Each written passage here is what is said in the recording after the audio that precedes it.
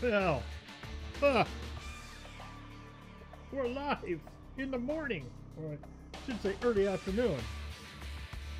Early afternoon. Crazy, man. Just crazy. We're just waiting for, see on the screen here? There, where's my screen? Over here, see? Right over here. No, right up here. Right up here. 6 minutes, 14 seconds. For Blizzcon opening stuff to start. Well, not the actual opening ceremonies, but they're gonna, it's a prelude to it. And, I'll have it on in the background, but I'm gonna turn it way down until they start the actual opening ceremonies, and I'll just sit and talk for about a half hour. I think. Yeah, it's 12:25 in the afternoon, p.m. here in the upper Midwest, in the great state of Wisconsin, right on the border of the second great state, well, the other great state, Minnesota. Babe's cheese. I do have the virtual ticket. I just want to tell you that I'll be able to deal with the opening ceremony, but I cannot stream anything other because that it costs money, and there is obviously reasons for that. I got my water. I got me a few Pringle chips.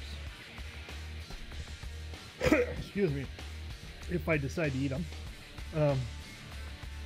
I showered and shaved. Well, okay, I don't shave, but and I didn't shower this morning, so but I did take a shit. So okay, we're 1 out of 3. And I feel good.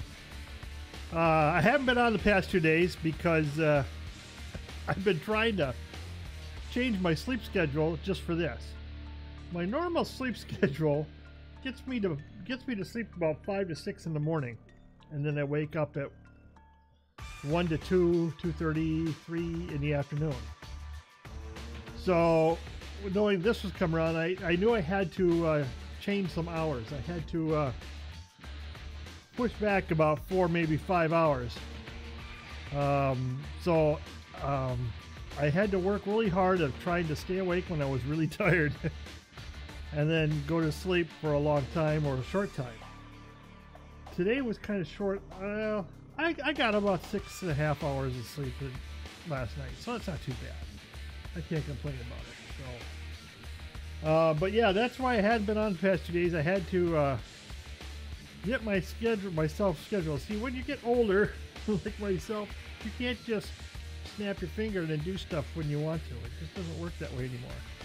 Now, if I was 20, 25, yeah, I could probably do it. But can't do it. Can't do it when you're 56. Just doesn't happen. So what are we going to do today? Well, we're going to watch the opening ceremonies. And the opening ceremony is pretty much every one of Blizzard's major games.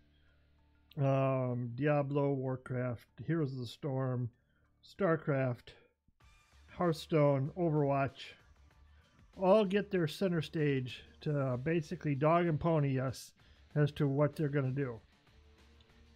Or anything new and exciting.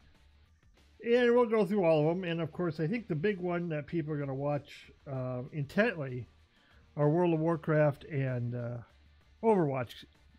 Because I think those are the two biggest games in terms of hype. Now, in terms of number of people actually playing, Hearthstone is probably pretty big too. Probably bigger than World of Warcraft by a long shot. But my anticipation is for Diablo. Somebody got a picture last night on the Corsairs, the company Corsair, who makes gaming peripherals like keyboards and mice and speakers, RAM, you name it, power supplies. They got a picture of a big area, demo area, all completely covered up, that had Diablo information by it.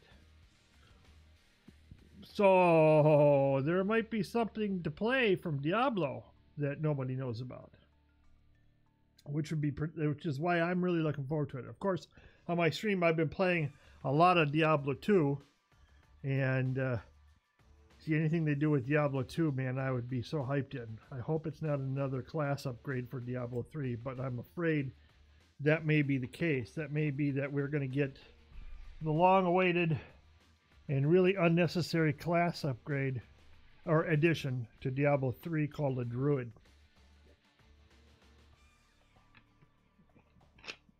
And if that's the case, I will be severely disappointed.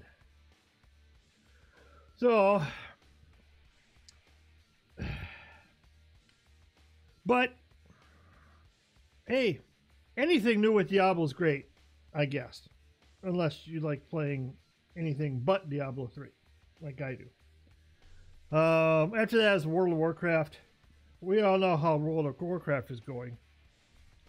They're going to mention what's coming up in 8.1, probably give us a release date on 8.1. My guess is it will probably be in before Thanksgiving time, before the end of November. It'll be released, but it won't be all, because it's just like them. They'll release it and then they wait 6 weeks before they release all the content for the people who actually want to do stuff. But I don't think we're going to see any major changes until 8.2, which of course they will talk about. So after that, then I'm going to try really hard to get onto the classic server demo. I don't know how, but we're coming up here on it on the beginning intro. We'll see what it's like and determine whether I have to turn up the volume or not.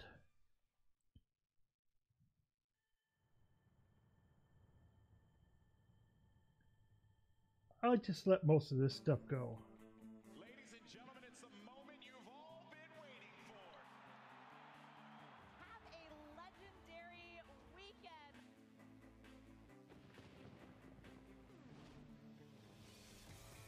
Hello! So much stuff to cover. Whoa, things just got real. Ladies and gentlemen, Blizzcon love is in the air. It's pretty cool. I'm speechless.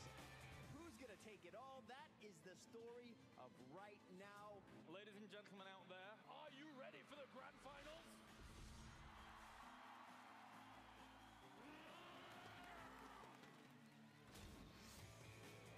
Give it up one more time for your world champion! Our champion, Rogue!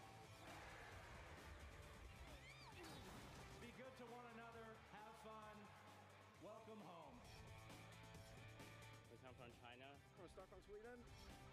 It's time to geek out, people. Time to geek out.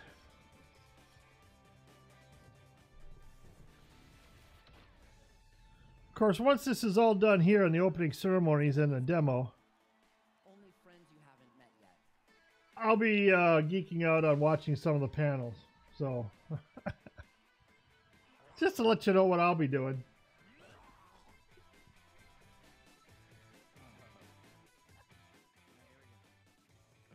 Hello, everybody, and welcome to the All Access channel for the epic event of the year, BlizzCon 2018.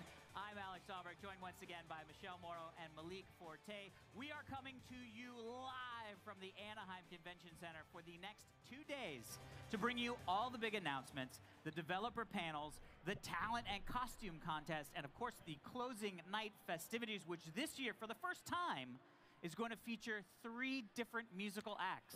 They were like, Oh, let's yeah. put more stuff in. They're like, let's give 3 different choice acts. to I'm gonna people, love which that. is really cool, actually. And we'll also be sitting down with some of your favorite Blizzard executives and developers to dig even deeper into what's coming up in the months ahead for every franchise in the Blizzard universe. And I'm if you guys still have a groggy. question for us or any of our guests, for the first time, you're going to be able to ask it in a different way than normal. More on that in just a little bit. Indeed, indeed. And it wouldn't be BlizzCon without epic esports action. So I'll be following every tournament on every stage to bring you updates all weekend long. The All Access channel is truly your one-stop destination for the very best of BlizzCon. So stick with us, and you'll never miss a moment at all. I can't wait for esports this year, man. There's nice. a lot going on. A lot of stuff going on Indeed, this year. indeed. That's true. And before we kick things off, guys, we want to give a big BlizzCon welcome to all of our international fans who are tuning in from all over the world to be with us today. All over BlizzCon, the it's truly become like a world. global event, which is why we're now offering for the very first time ever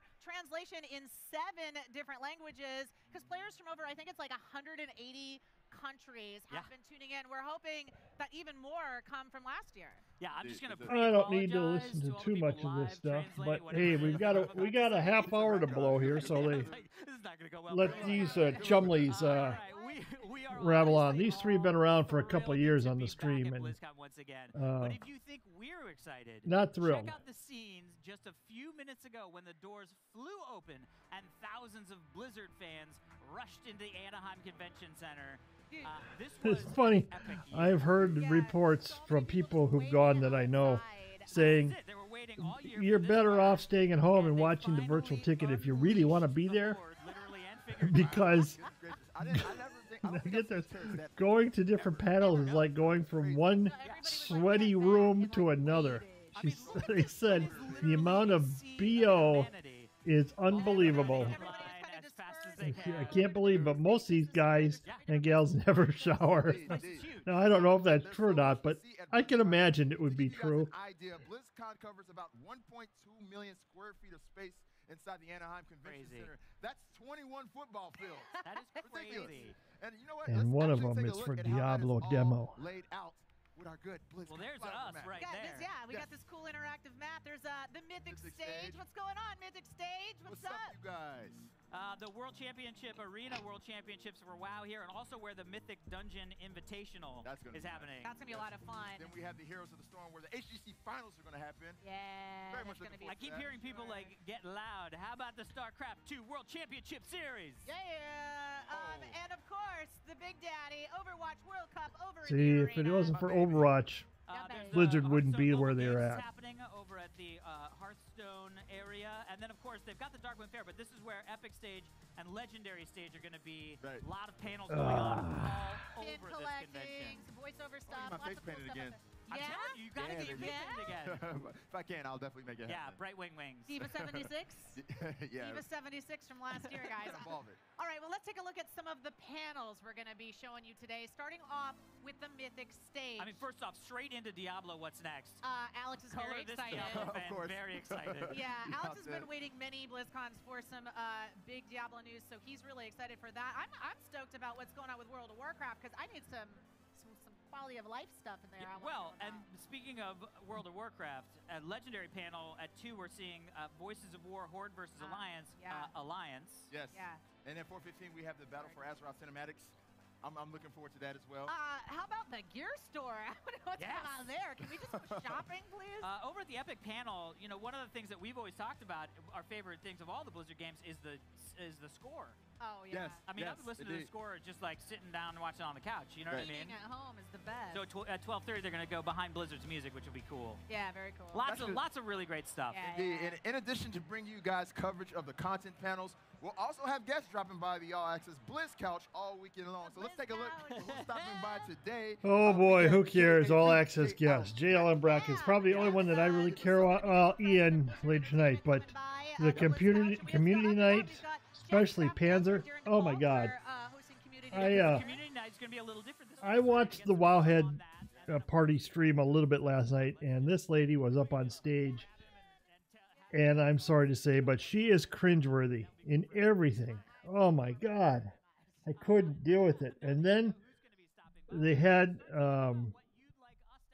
interviews with some Mythic Raiders, and it was also cringeworthy. The whole thing, I swear to God, was cringeworthy. Now, maybe just because I'm an old fart, and I don't relate to these people, but oh my God, their attempts at humor were just terrible. My God, they needed to go to school to be taught how to make people laugh or tell a joke.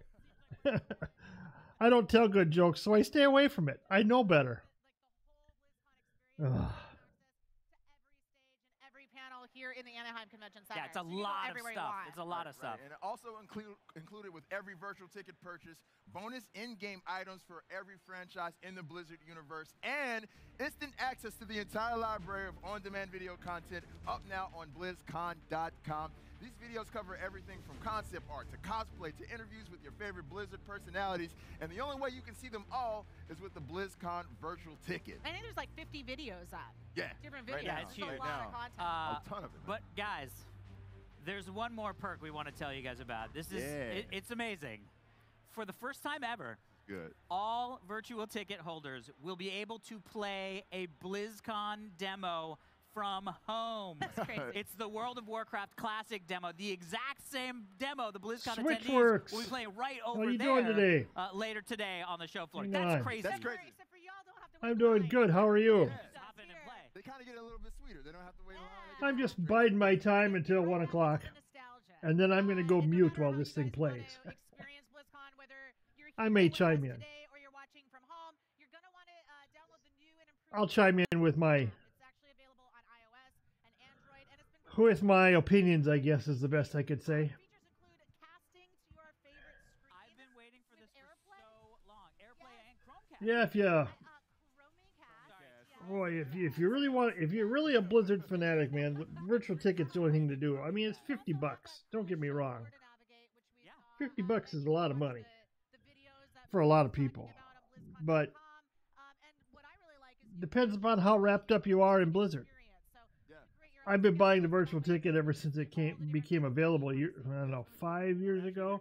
I don't remember how long, many years ago, but there's no way I'd ever get to California, so it was worth for me to get the virtual ticket. Your virtual ticket, you can really buff your BlizzCon experience by unlocking full access to all BlizzCon video content, live streams, first dibs on BlizzCon loot, and much more. So get it now wherever you download your apps.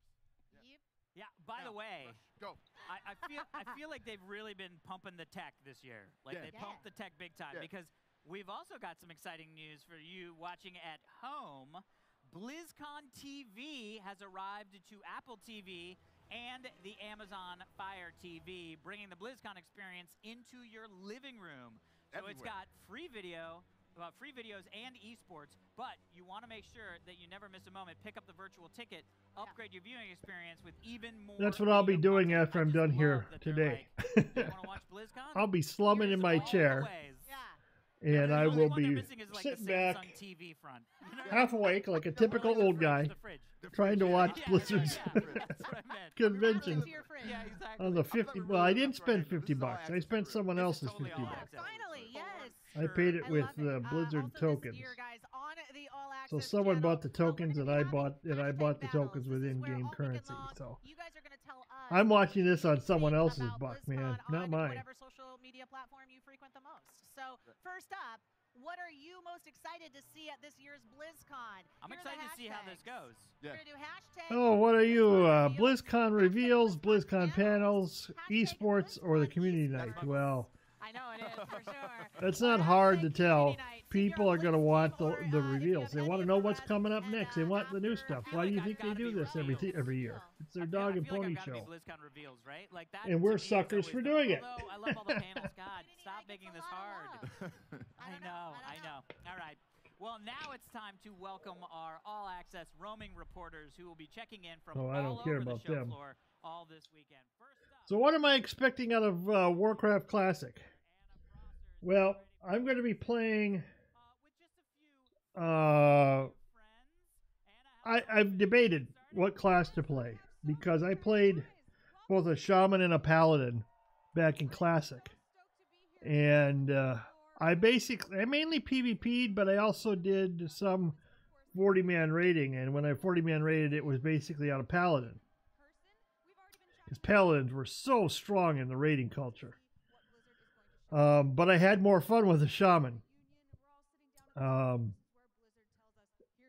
The gameplay style is from where those classes are today to from Classic is like a completely different play. I mean, it's amazing. When you're a paladin, you're basically you're basically a mediocre DPS. You're a mediocre tank at best, and as a Ret Paladin, you're praying to the random proc god to get any damage. So, but there are ways to play each spec that make it viable in some ways. Ret Paladin isn't as bad as they say if you have the right gear and have the right mentality. The Paladin tank can tank dungeons, especially if there's undeads. They can tank, or if there's a lot of AoE packs. And of course, Paladins were probably one of the strongest healers at all. So I've thought long and hard about that. When I played Paladin, I played DPS for my mob grinding, and I played Holy for raiding. So I kind of mixed both of them together. As for a shaman, there was only one playstyle I had, and that was being an elemental Wind Fury person. I would take everything I could up through Wind Fury for the enhancement tree, and then I'd take the rest in elemental. So, and I'd carry around a two-hander, because one hand and a shield as a shaman, even though it made sense from a perspective of looking into it. You know, if you look at it, it's like, okay, I get a one-handed dagger, I need something in the other hand. What I carry, an offhand or to carry a shield? Well, I might as well carry a shield. It's great. But see, all the shaman had to use their melee weapons. They were kind of a melee spell hybrid, which is really cool. Yeah, we had range spells, but they weren't the greatest, I would say. Lightning and chain lightning. Chain lightning was so weak compared to how much mana it took. Oh my god. And lightning bolt, you could do better if you were like right on them. You could do better melee. It really was. So I played an enhancement shaman with elemental flavor, and I kicked ass. I loved it. I loved playing the shaman in classic. So that's what I'm going to do. Choose between the paladin or the shaman. Now, if I really want to go out into left field, I might play a Shadow Priest. Shadow Priest was kind of cool. Have mana burn. Depends upon what I'm going to do. If I'm going to PvP, then I'll go Paladin or Shadow Priest.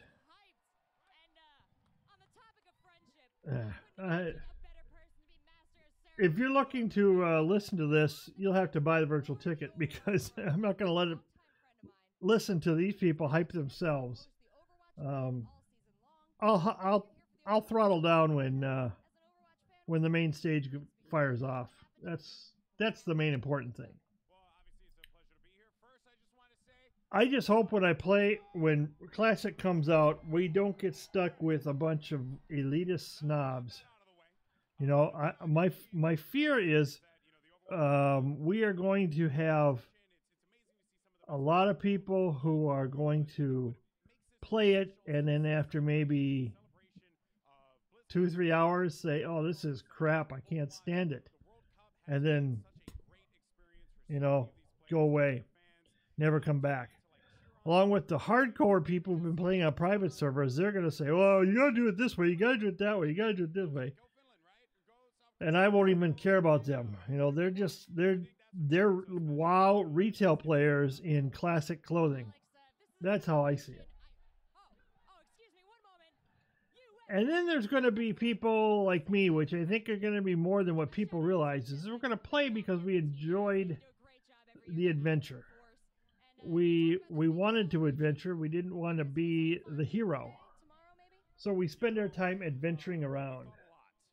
So I'm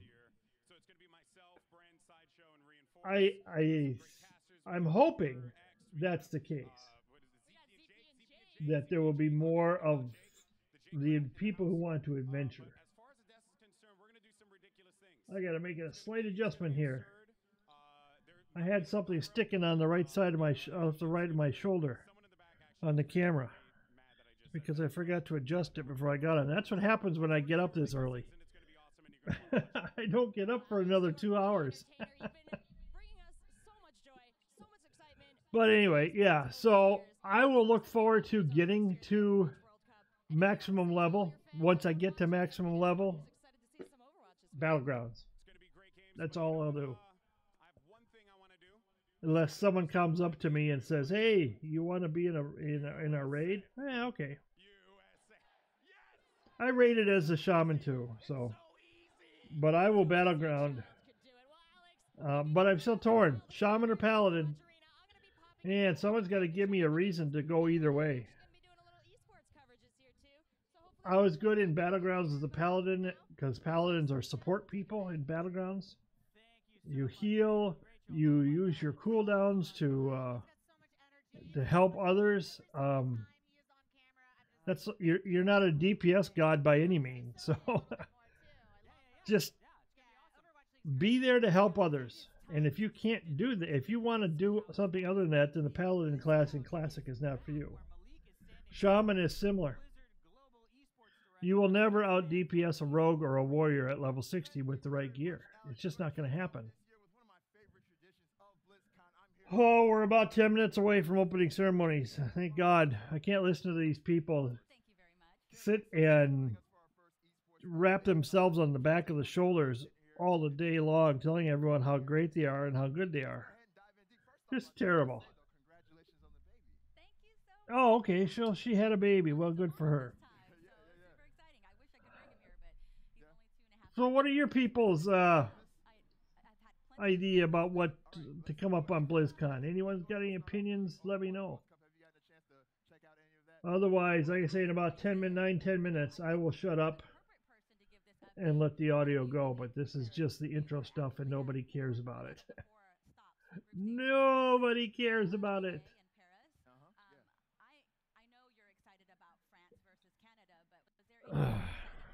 I think I'll have a potato chip while we're waiting. One little, well, it's not a potato chip. It's a potato crisp because it's not a true potato chip here in America. It's an actual slice of a potato. This is potato mash that's been formulated and pressed into a chip-like deal. But what the hell? It tastes like a frickin' potato.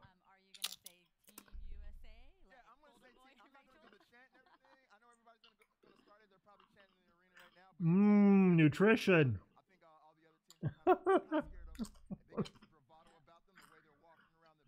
Yo.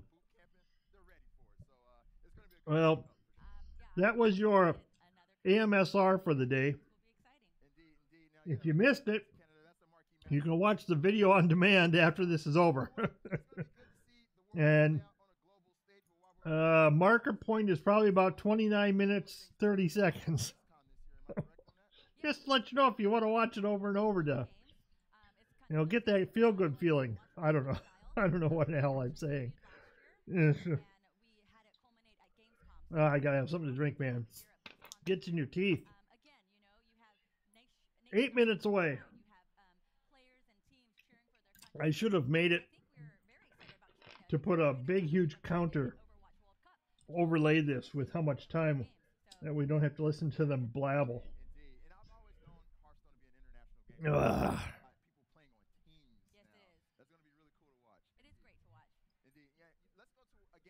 Glasses or no glasses? I gotta have glasses.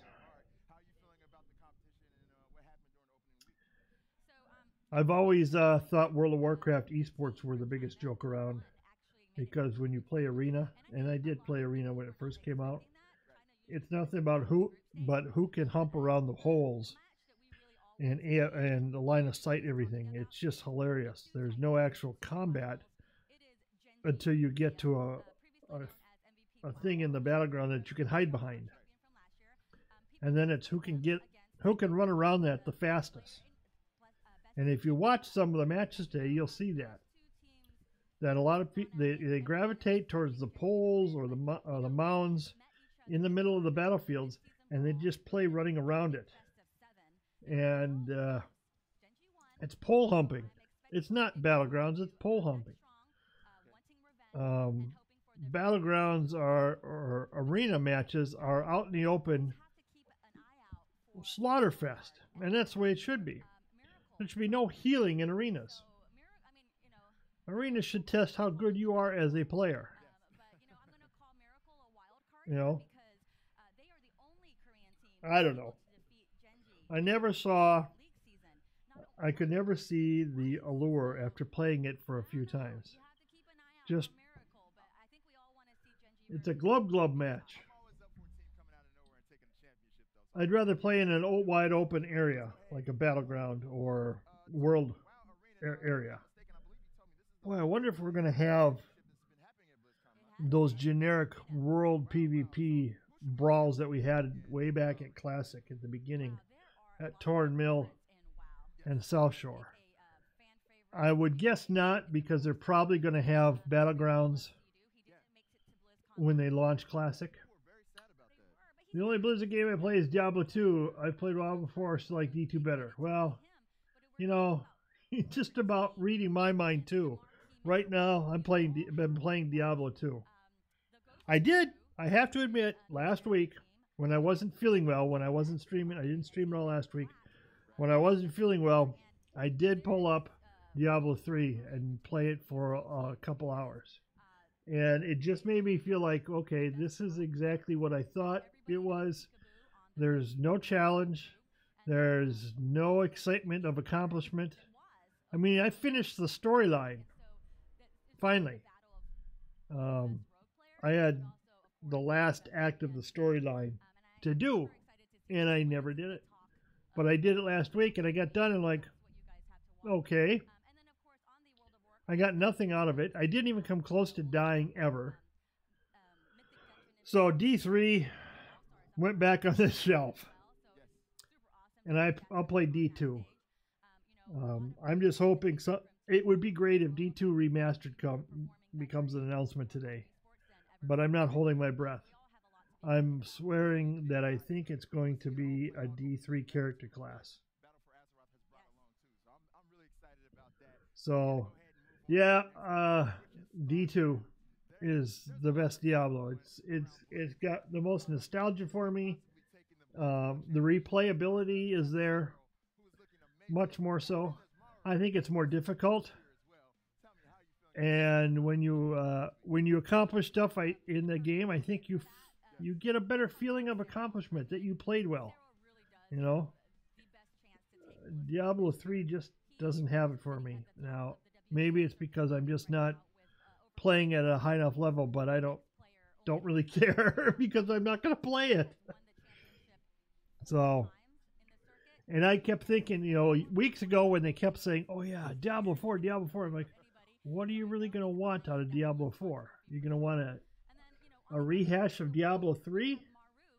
The only thing else you're going to get is a storyline. And they can tell stories in other ways than making a game. So there's got to be a reason to make a new game. And the only reason would be to play it on a different environment or different platform. And that's why I think there may be a mobile situation with Diablo. It could also be that we might get Diablo as a battle royale. Just because that's what everyone's playing these days. If that's the case, I would consider the Diablo franchise dead in the water, but I don't think that's going to happen. I think we're going to get either the Druid class or a remaster. My clock says about 2 minutes away here.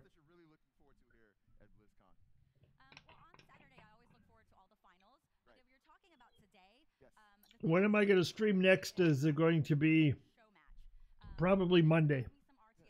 And Monday will be Diablo 2. I'll be playing it unless something else comes up. But yeah. I know Switchworks, you'll love that. But I'll be playing my ladder character. I still have to grind out stuff. I haven't played my ladder character. I've been playing a single player with some mods on my other computer. So my ladder character is still stuck at like level 27, and I haven't finished the normal mode yet. But I'll have to grind out some stuff and get probably 2.5 more levels. So when I get to 29 or 30, then I'll go get Diablo. There's a lot of stuff going on in esports. That was like an esports weekly update. But my single level character, on my other computer, I think I've gotten them up to 52. Only after playing for, I would guess, maybe 10, 12 hours. I know that's probably a lot for some people, but for someone like me, who plays things casually and takes it nice and easy and doesn't rush through stuff.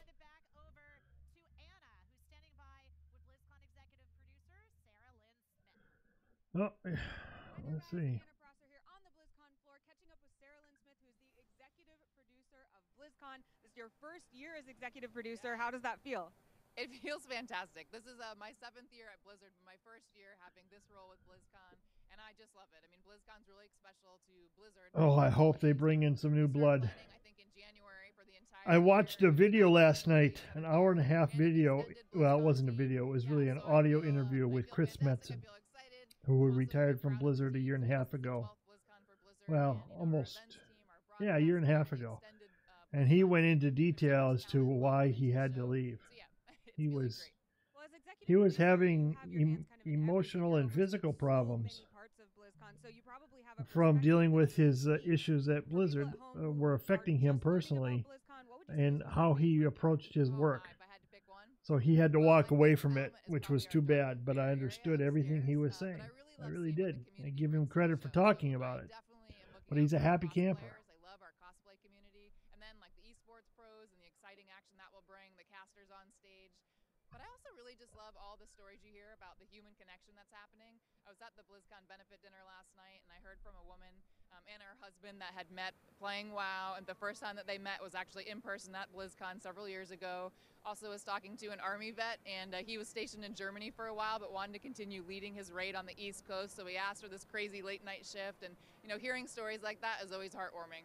Totally. Now, we are setting up for the opening ceremony. People are always super excited to find out what Blizzard has in store. I know you can't tell us. Yeah, I got D3 for free. I got it for free because I subscribed to a year for WoW. It was a promo. And once D3 came live, I played it, and I hated it.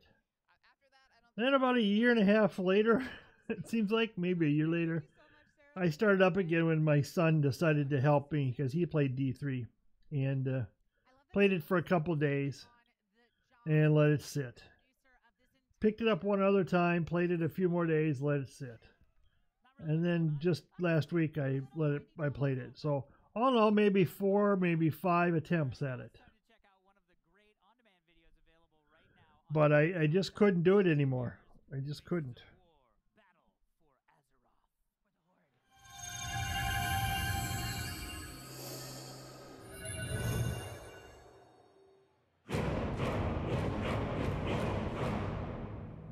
So today is fun. Today is something kind of new for us. We're in the Activision Capture Studio up here in Santa Monica.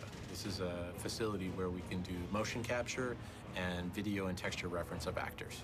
We're over on the facial capture stage, and what we're doing is we brought in our actor Jordy, who's playing Anduin, and we basically have him sitting inside a sphere of cameras. It looks more scary than it actually is. Oh, it looks exciting though.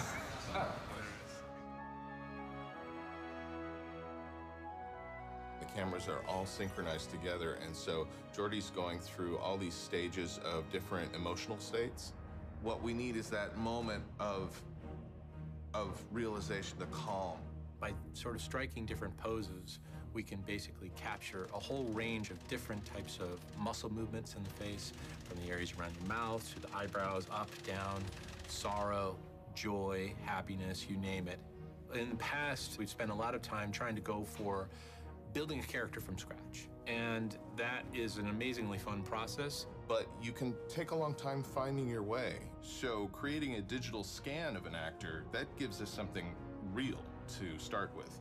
And then recording our actor's performance gives our animators a very inspirational point of reference as they bring the character to life. Cut, hold that. Nice, let me see how that one looks. We were extremely lucky to find Jordi Holovar. Not only is he really good at the performance side of it, but he also looks enough like the character that we can kind of push and pull things around and stylize his face until it really fits in the World of Warcraft. You're cheering Well, I was everybody hoping on. for them to start right on time, but looks like that ain't gonna happen. Not only can you see the budding of a very good actor in Jordi, but you also get the sense that he's a genuine person. I think we could have cast somebody a little bit Interesting older, stuff, potentially with but some more experience you know, as an actor. in my but world, think I that don't would have really rung care. as true as finding We're getting closer. a young man. I think The they're surface showing this as coming of just age, filler. where now he's in charge of this really big army, and he's faced with a choice. Am I going to follow in my dad's footsteps, or am I going to be my own kind of king? And so there's an uncertainty to the character that, you know, by the end of the movie, hopefully gives way to a purposefulness, you know? And we just really felt like Jordi had those qualities. And action? We're always going back to humans. We're going back to the references. If you want to know what I'm find in doing, the real world, whether it's actual human behavior or simply you could a just story. go over and Once we've done that, that's hit when up the creative Discord process channel, starts.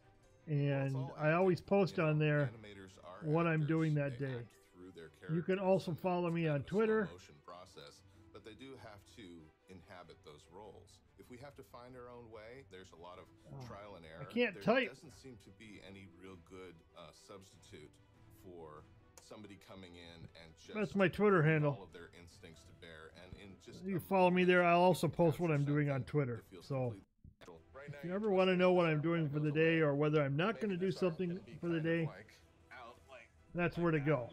Shooting reference for animation isn't a new thing by any means. Disney did it back in the day. They would shoot on film, of course, but it So you really got two is new the same places to follow process at its and core. decide It's whether relying on you want to the catch me intuition live. of Usually it's in the actors, evenings, real 8 human p.m. beings, to try to We're be in finally the moment flipping our and clocks give you back to something that normal feels time true, this weekend feels here in natural. America. Yeah, I think it's So great next stuff, Monday Jordi. morning or Monday it so will be we 8 p.m. record on Standard Time. video, and we put our helmet cam on, and we get all our tracking dots, and we run it off our phone, and we get these amazing. Oh, just what I close-ups wanted to where we see, can a close-up of a every zit thing on the his actor's neck. face is doing. But it's still in the end the same thing that they were doing back in the day. What we're doing is just, you know, applying the latest tools to that process. For the Alliance! And cut. Nice, great. Yay.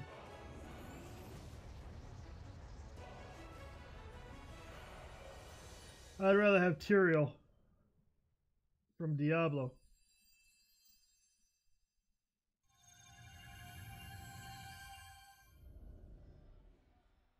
All right, we are less than 10 minutes away from the start of opening ceremony. Oh, geez, which they're is delaying bonkers. it I'm so even excited more. for everything. I know. But real quick, let's find out what you're most excited to see at this year's The show. polls. Here are the Oh, results here we of go. our first all-access hashtag battle. Gee, are we Whoa! surprised? BlizzCon reveals is beating out everything at 80%. I know Hey, Elite esports is at wanted 17%. esports. Yay, all those people I who think this is just for, you know, they think people looking like forward to the reveals, esports then are they're gonna chiming be all in. about esports. No, Or nobody the panels, I likes can see this esports. completely flipping once all the Gonna reveals change. are happening. We Then should they're like, redo this a little later. yeah, and it's like 100%. I just Once wanna they see the panels. reveal, people That's go the best home. thing about opening ceremonies, right? Is they're like, and this is happening. And you're like, what does that mean? Right. How do I? And then later they're like, all right, here's an hour. We'll By tell the you way, what if you that tuned is." in thinking you're going to get BlizzCon virtual ticket rebroadcast, no. You're just going to get the opening ceremony Yeah, yeah, yeah. And then you rebroadcast. have to go to the panel to Because find legally out I everything can't. about it. Yeah, that's always good when we get to do. Sorry the deep about that, dives. folks. It's gonna Just be not fun. going to happen. Yeah, for sure. And we've got people coming to the desk as well. But we're gonna Even be though I'd recording love these to, hashtag it would be battles, great. I could do in a little bit. We've got a 18-hour question for you stream on coming up, this. but in Well, the maybe not meantime, 18 hours. If you're watching Maybe with about us, 8 hours. At a viewing party for BlizzCon, or even better yet, if you're cosplaying at a viewing party, Oh, yeah. take some pics and send them to us, and use the hashtag BlizzCon, and we might actually show our favorites on the stream throughout Oh, yeah. the Should I day. take a So picture definitely of my wanna see setup here your while I'm watching cosplay. BlizzCon while Oh, I'm yeah, streaming to you guys? for sure. Send it in. Now, And think I'm going to be we some celebrity? want to remind you I'm no that celebrity. this currently, what you're watching here, is a free preview, Yeah. right? And it ends at 12:30 p.m. PST. So if you You want see to this? keep watching, we all know what that have is. to need to The buy PS4 a BlizzCon adapter virtual ticket, controller. which will give you access to I'm every setting up my hall, PS4 to every enter panel, every that big into my announcement, streaming all the talent profile. and costume contests, and of course, the closing night I'm festivities. not sure when that'll happen, but I'm working on getting it there. Items for every Blizzard franchise. So I can play instant PS4 access games. to the entire library of those on-demand videos that we've been talking about up on BlizzCon.com, and you're even going to be able to play. But like Alex said a lot of before, times it's just going to be the old retro games, you know.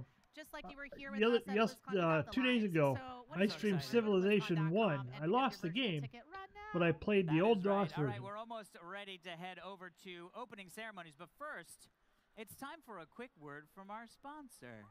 It's commercial time. Lucio here. You know you gotta eat a good breakfast, right? You can't skate, dance, spin records, or save the world on an empty stomach.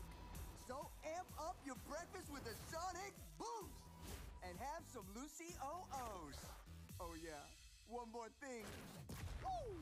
They're part of this complete breakfast. Oh yeah! I know you want some of this. Overwatch never tasted so good. By the way, that is an actual cereal. Guys, that's 100% true. We are not joking. They're good. That's a real cereal. They're good. Yeah, that's a thing, guys. That's a thing. Lucio's is a real cereal and will be available in the U.S. starting December through Blizzard's partnership with Kellogg's. And you'll get an Overwatch in-game loot. I know, guys, I know. So exciting. Oh boy, they're really digging down for Overwatch, trying to get those kids. Get them hooked early loot when you pick up a box so that they can spend their allowances on loot boxes. I love every second of it. Oh my God. If you're here with us right now at BlizzCon, you can grab a free sample while supplies last. I know, this is amazing.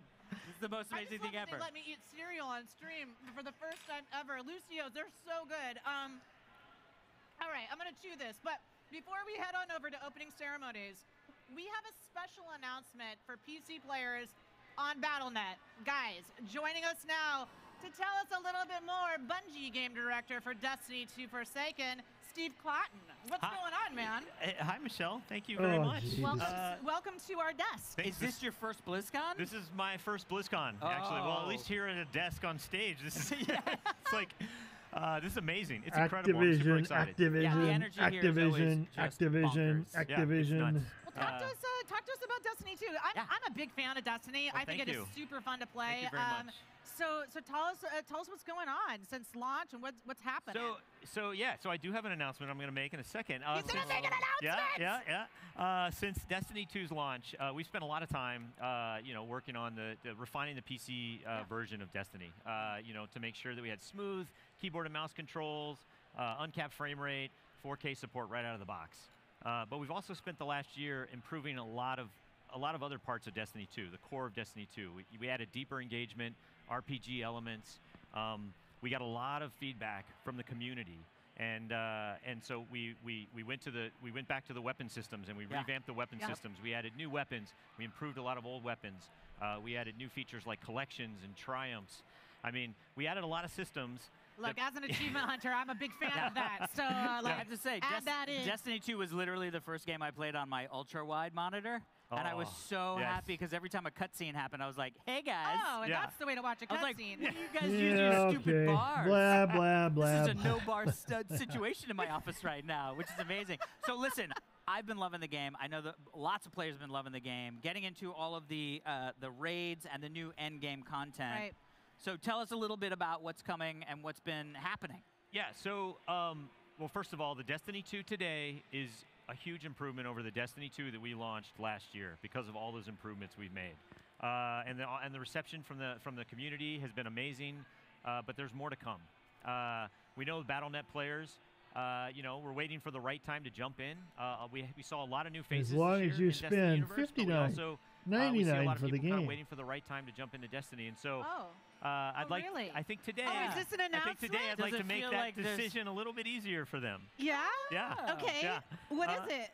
So starting today through November 18th, Destiny 2 is going to be free to all Battle.net players. Oh, come on. Yeah. You get to as long as you go in, register, there you go. claim your free gift. It's yours to keep forever. Until November 18th. You got till November 18th to do it. Till November 18th to claim it, and then you own it for free. You own it forever. You own it forever. Guys, it's free. Yeah. Go play the game. Come on. Yep. Not bad. Well, not if it's bad free, at I guess I'm all. going to have to That's load pretty it up and cool. play it. That's know? very cool. Yeah, no, it's and then for the current players, we have an exclusive in-game emblem that we're going to give them. It's going to be available in December. And it's one of a kind, doesn't exist anywhere else. So we're really excited about that. You know, this time of year is bad Then, up or here everybody in the get it too? Midwest. This is the existing Destiny Things start to get 2 dry. community right now. Yeah, so that's And you. my It's- skin just Yes, goes you get a little bonkers. special thing. So, and you're also Goes running another bonkers. free Gambit trial. Well, they're running really low, this weekend, or late. when is this happening? The Gambit So trial even weekend. they said Well, first of all, 1:15 if you're not familiar my with what time, Gambit is, I think a which lot of would be people might not be, 11:15. right? They're Gambit's a new running mode late. that we So, released in Forsaken. we're getting close. We're it was getting a hybrid close. mode. It was a PvE and PvP kind of Well, very since new Destiny 2 is experience. It free, was unique I to will really have to something that only Destiny download could it and do. try it. I don't guarantee if you like anything shooting because monsters it's not in the my face, type of if you game, like but hey, if you like competitive modes, if I if you log like, in if you and like it's taking down free giant forever, bosses, at least I got we another love game shooting monsters in the face, and put I in want to hear my, more from you and collection everything now. about this. But we have to get to opening Well- ceremony really quick. I want to say when the free trial is. The free Gambit trial is November 9th to the 11th. 9th so through that the is for 11th. all 9th through Destiny the 2 11th, players. guys. I love it. Guys, Yep. if you want more details on Destiny 2 and Gambit, you can find additional information on DestinyTheGame.com/BattleNet. And if you've never played Destiny 2 on PC, it's starting free today until November 18th, so grab it while you can. Oh, yeah. All right. It is time for opening ceremonies. Enjoy BlizzCon 2018. Oh, it was about time.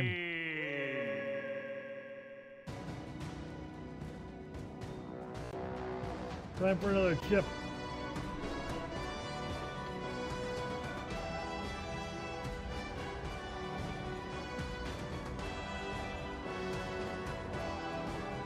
Oh, does that turn you on? Oh, yeah, baby.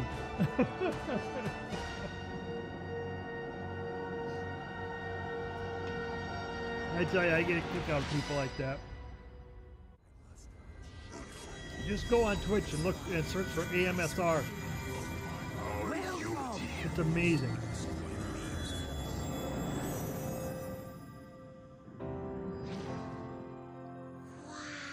You know there's more out there, don't you?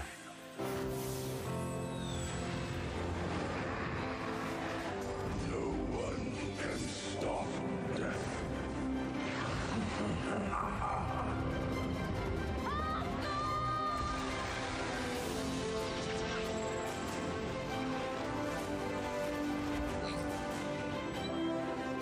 From you, I have learned patience, my son. It's about time.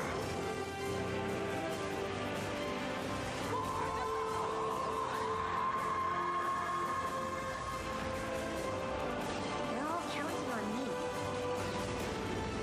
Push forward!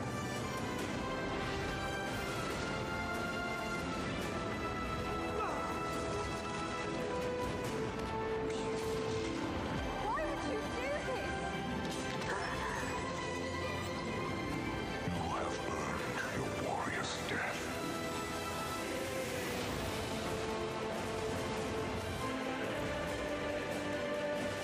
The world needs us now, more than ever. Are you with me?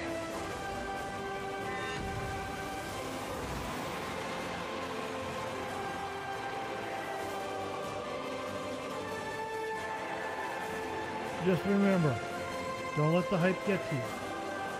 It's just a dog and pony show. But it's done pretty good. It's a good show to watch.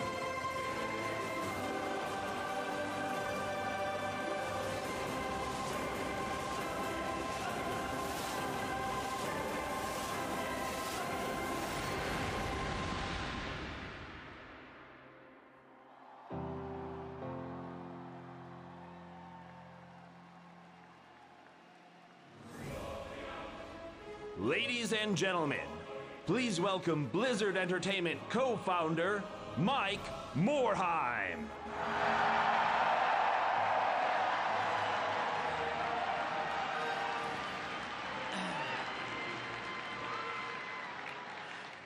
Thank you so much, everyone.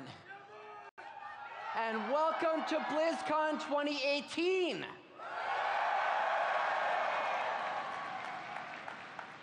I think, like many of you, BlizzCon will always be like home to me. And it always feels good to be home.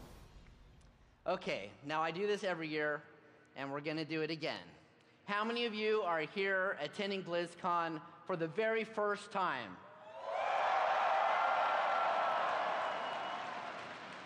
How many of you have been to 2 BlizzCons?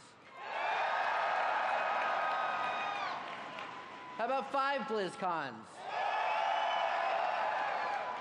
And how many of you have been to all of the BlizzCons? I've been to all of them too. And I want to acknowledge a very special couple who have also never missed a BlizzCon. My parents.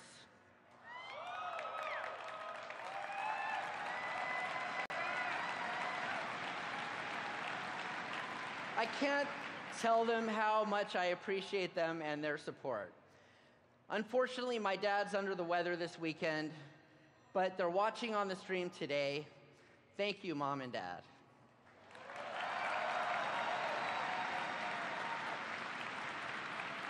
Whether you're a BlizzCon veteran or are joining us for the very first time, you are among friends. Welcome. Okay, and let's also give a big shout out to everyone joining us via the online stream. Come on.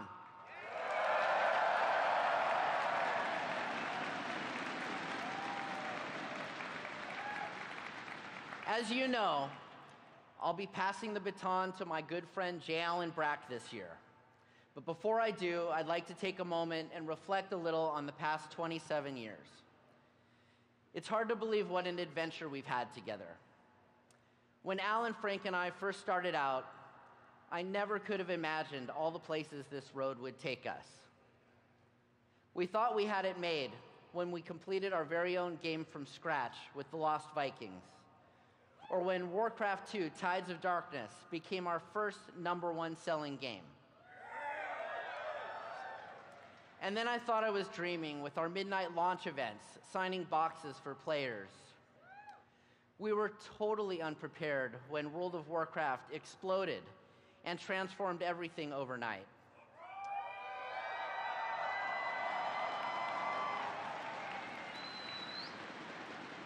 We hosted our very first BlizzCon right here back in 2005, and we were blown away by the response, and it has just gotten better each year.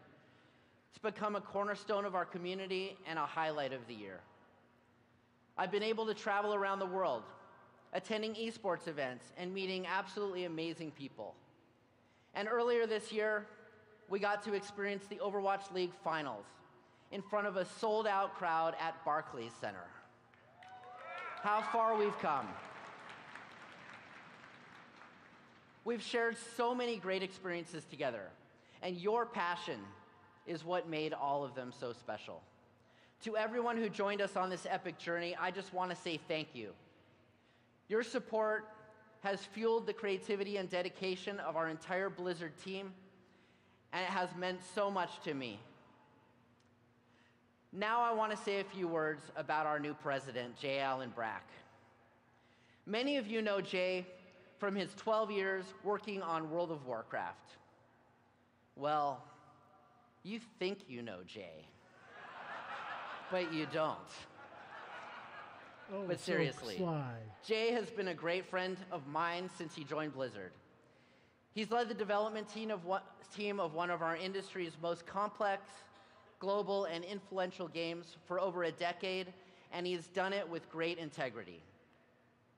He is a fierce champion of Blizzard values and a stalwart leader, not only of the World of Warcraft team, but within the whole company. He cares deeply about the Blizzard community and our employees. For all of those reasons and more, I'm proud and excited to see him lead Blizzard into the future. I want to thank you all again for your tremendous support. And now please welcome to the stage the president of Blizzard Entertainment, J. Allen Brack. So that was Mike Morheim's basic goodbye to everybody after 27 years. He will be missed as a founder of Blizzard. J. Allen Brack is a great guy, but Mike Morhaime, when you say it, it's basically Blizzard.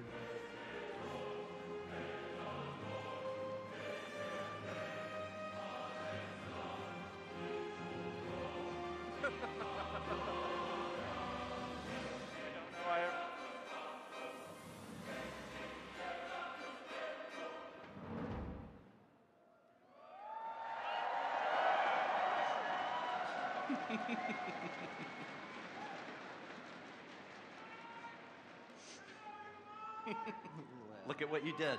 What did I do? You made this. Yes. Thank you, Mike. It is awesome. Thank you for all your passion. Thank you for all you've done. We wouldn't be here without you.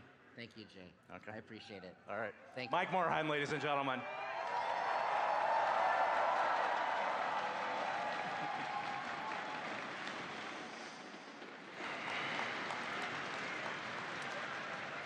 Thank you, everyone. That was a great moment. Mike is an amazing leader, and he's the absolute toughest act to follow. He's also helped put us all in a great position going forward in the future. When I joined Blizzard almost 13 years ago, I was motivated by the ability to create amazing games and awesome entertainment experiences. I admired the development-first culture and the Blizzard community. That's you. That's you. You're the Blizzard community. Everyone here, everyone watching. You're the most passionate, most dedicated players there are. Everything about Blizzard today, our games, our employees, the community, inspire and excite me more than ever. I'm exceptionally proud to lead Blizzard going forward, but I'm also humbled by the huge responsibility. It's a tremendous challenge. But what motivates us and what motivates everyone at Blizzard is the enthusiasm that you have. When we get feedback and the support from you enjoying our games, it helps fuel us to create more great content. It also drives us to create amazing experiences like Blizzcon. And we think of Blizzcon as the physical manifestation of the Blizzard community. Blizzcon is one of the places where the real magic happens. That's where we as gamers make connections with our fellow players and build friendships that make being part of the community so memorable. BlizzCon also showcases incredible creativity from you through the art, movie, talent, and cosplay exhibitions that you create. All of these come together and make the universes more exciting and make every day more fun. Our pledge to you as Blizzard is to continue to make the great games that you love, create entertainment experiences that you want to be a part of. Gaming can be an incredibly inclusive place. Collectively, work to include and uplift one another, build the spirit around each gaming community, and use it to make a better world. Let's look back at some of the great experiences that we've shared this past year. We came together as factions and took part in Battle for Azeroth, the latest World of Warcraft expansion. And then we all quit, like I did. We performed wacky science experiments and explored spooky dungeons in Hearthstone.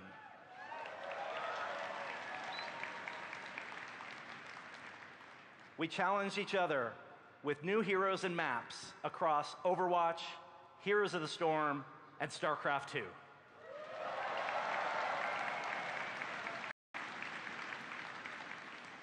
And today, for the first time ever, you can play Diablo 3 on the Nintendo Switch with the Eternal Collection. This package... This package includes all Diablo 3 content, including Reaper of Souls, the Necromancer, and we're excited to work with Nintendo to bring it to the Switch console.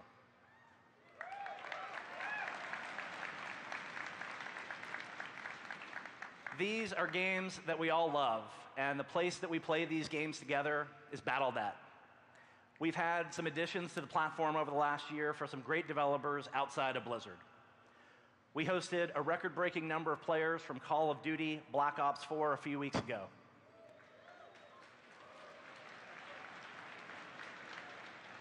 And in September, Yeah, the team listen from to that Bungie shit. launched its current expansion for Destiny 2, Forsaken. We're pleased to welcome these games to Battle.net and make the Blizzard community even Nobody stronger. cares. Shut up. Outside of games, the community showed us something totally amazing and totally unexpected. Foremost among these was the overwhelming support for the Breast Cancer Research Foundation.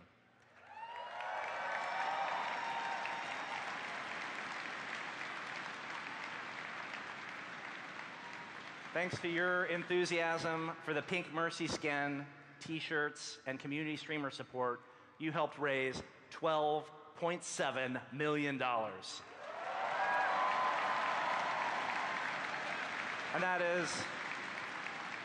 And that's the largest single-year donation from a company in the history of the Breast Cancer Research Foundation. So be proud of everything that you accomplished.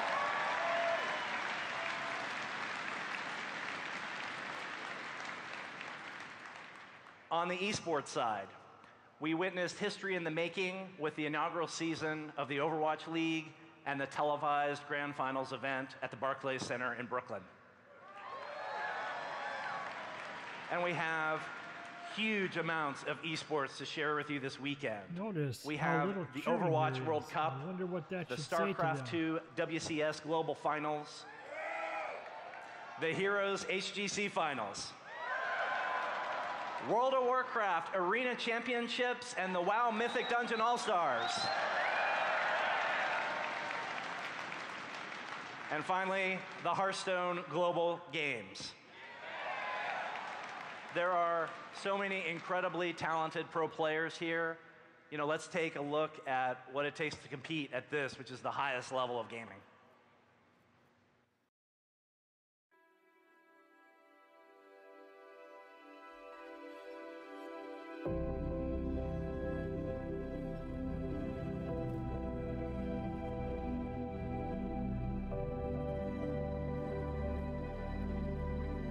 This is about passion, dedication, endurance, the endless drive to find our limits and push beyond them. This is about sharing the love, making connections, keeping your head up, no matter what goes down. It's about remembering to celebrate victory and learn from defeat. It's about something personal. It's a hunger. A fire inside all of us, daring us to risk it all, to rise above the rest.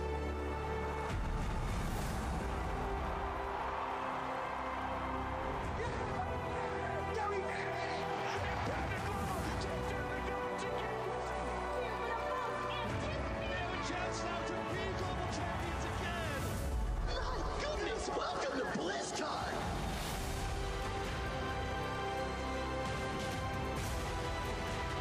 This is our time.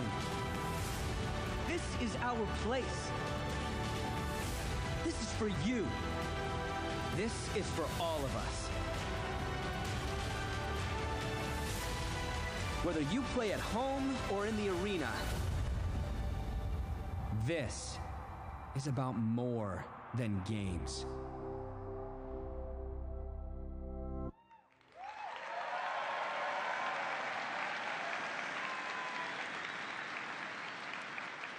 Sorry, but my opinion of esports You know, is not the the highest. thing that comes through in that video is the emotion that I think we all feel whenever we're watching people compete at that highest level. You know, we watch to see the incredible level of dedication that it needs, that it requires to be there. Are you ready for an awesome display of esports championship this weekend? Awesome. I think I know why you're here, though, and that's to talk about the future and to talk about new, video game content. And we're going to kick that off right now with StarCraft 2.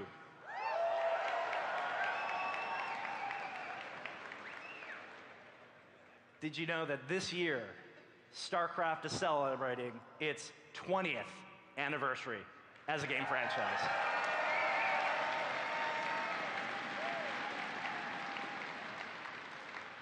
We've got a new co-op commander to show off today. It's on the show floor and playable. Our favorite Zeratul is here. By Our the way, friends at Google DeepMind are also back this year with an update to talk about their work on StarCraft 2. DeepMind is on the cutting edge of artificial intelligence research, and they're working to create stronger bonds between humans and computers. StarCraft 2's unique qualities as a competitive game make it a really ideal challenge for any kind of AI work, and the hope is that this technology will lead to positive, or this work that they're doing will lead to positive advances in the technology. So you can get information about StarCraft 2, new co-op commander, and all the Google DeepMind stuff tomorrow on the Mythic stage for StarCraft 2.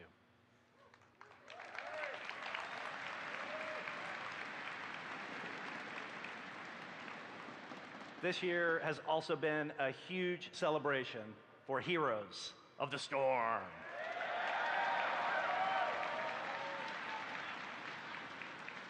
In addition to the team's usual cadence of unleashing your favorite Blizzard heroes and battlegrounds in the Nexus, the team also created themed events, new skins, new quests, and new storylines. And so, while Heroes of the Storm remains our love letter to our favorite Blizzard characters, it's also been a place where the Heroes team gets to explore things that are entirely new to Blizzard as well. Today, I have 2 Heroes videos for you.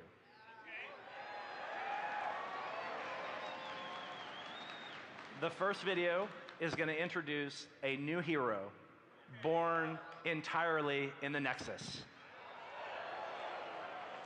And she is going to show you that she can hold her own against some of Blizzard's most iconic characters. You get a sneak peek. The second video is going to have a sneak peek of a lot of the exciting video, or a lot of the exciting content that's coming into the Nexus. So BlizzCon, are you prepared to meet Orphea?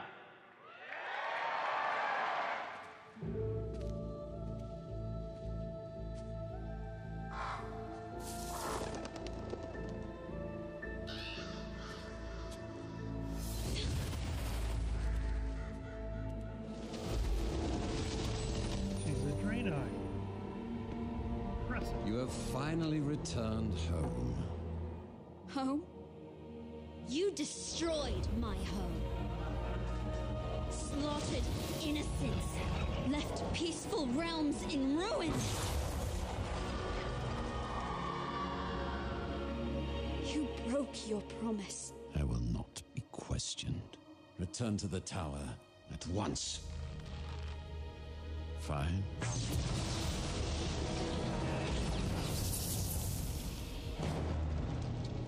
How could you?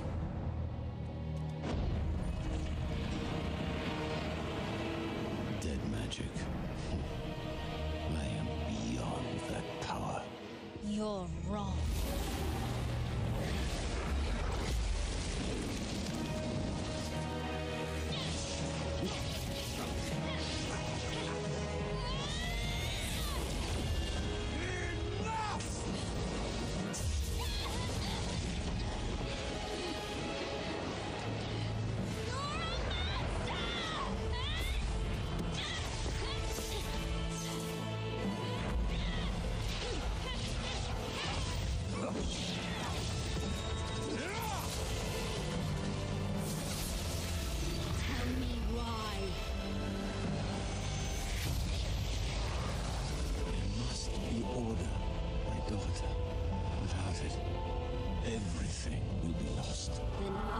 Will fight.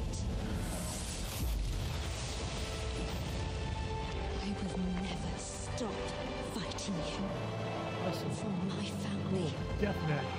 For the realm. For the Nexus.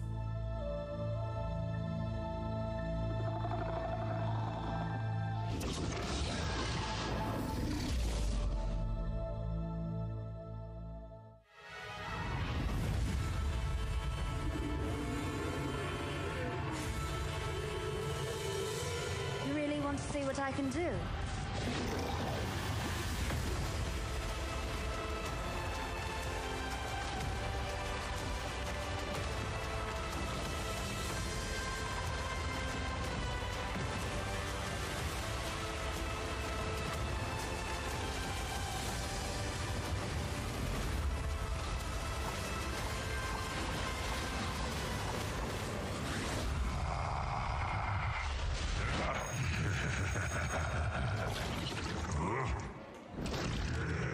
Impudent child.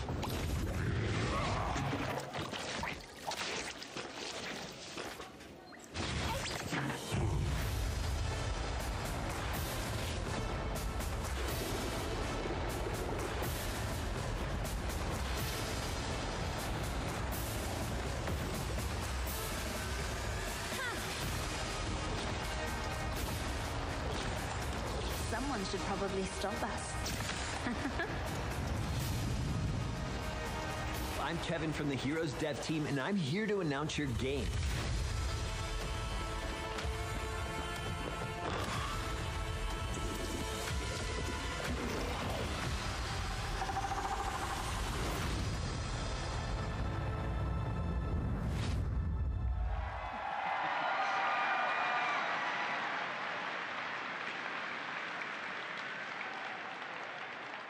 Orphea isn't the only exciting update the team has for you. Check out the Heroes What's Next panel later today and the deep dive tomorrow for details on new content and new gameplay updates. In honor of Orphea, we thought it fitting to share her with our BlizzCon family. So Orphea is free for all BlizzCon attendees and virtual ticket holders. Wow, all sorts of free stuff this year so far. Enjoy Orphea, and we'll see you in the Nexus.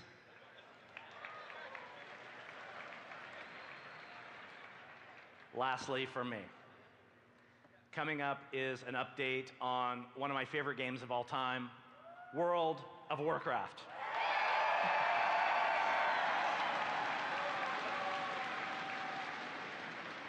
My transition to take over from Mike, we knew it was important to ensure that World of Warcraft has a leader who both understands the community as well as has a deep personal love for the game.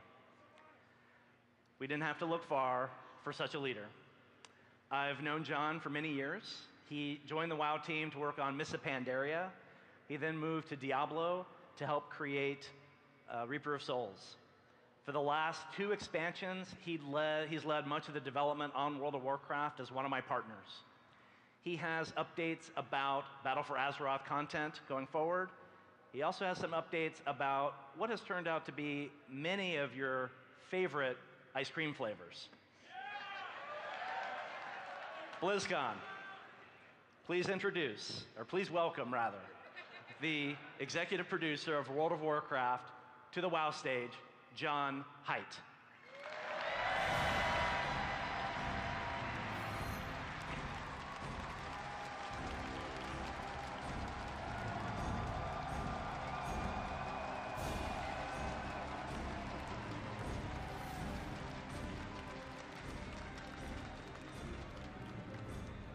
Thank you, Jay.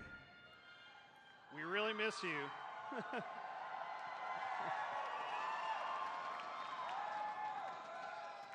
We miss you on the WoW team, Jay, but we are so proud to have you as our president.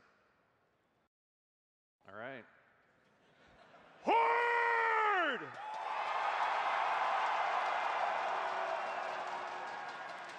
Alliance!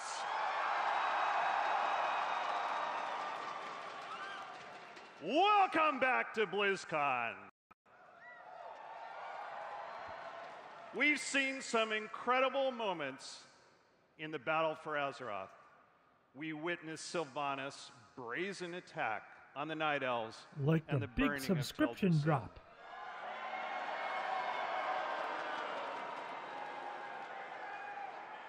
We saw the Alliance retaliation on Undercity and the retaking of Lordaeron, only to have it laid waste by the Blight. both sides are racing to form new alliances and adorn their armies with the mythic power of Azerite. With the Horde retrenched in Kalimdor and the Alliance gathering strength in Eastern Kingdoms, the future of Azeroth lies in the balance. Alliance! The tides seem to be turning in your favor.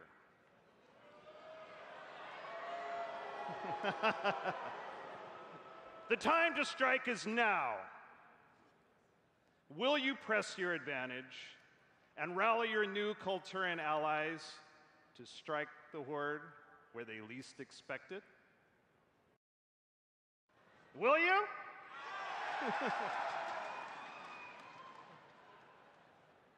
Horde.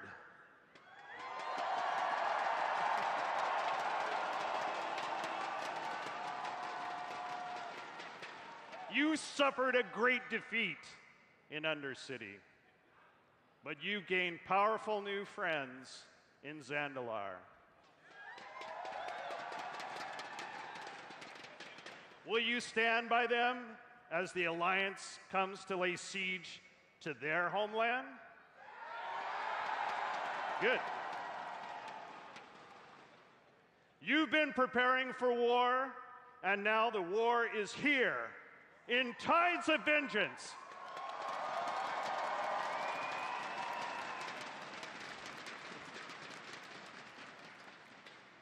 It's been a little over a month since we began public testing for Tides of Vengeance. We've received a lot of great feedback, and we are hard at work polishing the game for both Alliance and Horde alike.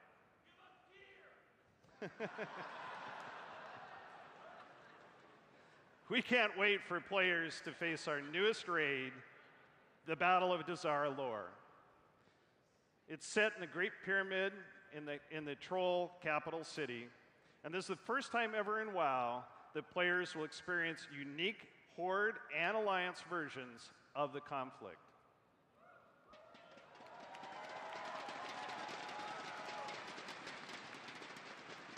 We also have a new Darkshore Warfront set in the ashes of Teldrassil. The Alliance will help the Night Elves reclaim and rebuild, while the Horde will continue Sylvanas' campaign of destruction. And Horde and Alliance assaults will bring the war to the shores of Kulturis and Zandalar. If you're wondering what lies in store beyond Tides of Vengeance, don't miss our What's Next panel on the Mythic stage later today. If you have questions, we also have a QA panel tomorrow, and that'll also be on the on the Mythic stage, and you can drop off your questions at the Darkmoon Fair. So, as World of Warcraft enters its 15th year, we reflect upon this game that has touched our imaginations, forged friendships, and, especially in my case, changed the very course of our lives. Last year, right here at BlizzCon, we announced that we are embarking on a journey to return to where it all began.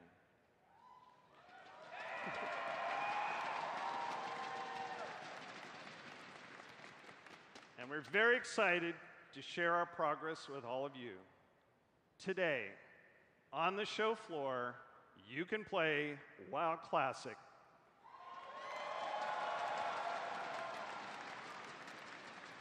And if you're not at BlizzCon, you can download this demo using the virtual ticket. So you're probably wondering when you'll be able to play the full game. You have any guesses? Blizzard soon. WoW Classic will be released summer of 2019. Wow, that's kind of like halfway between what people were talking about and what the rumor had thought, which was November. Summer. This is a great opportunity to experience the original gameplay And if you never had a chance to play the game then, you should see how WoW was 14 years ago. You should.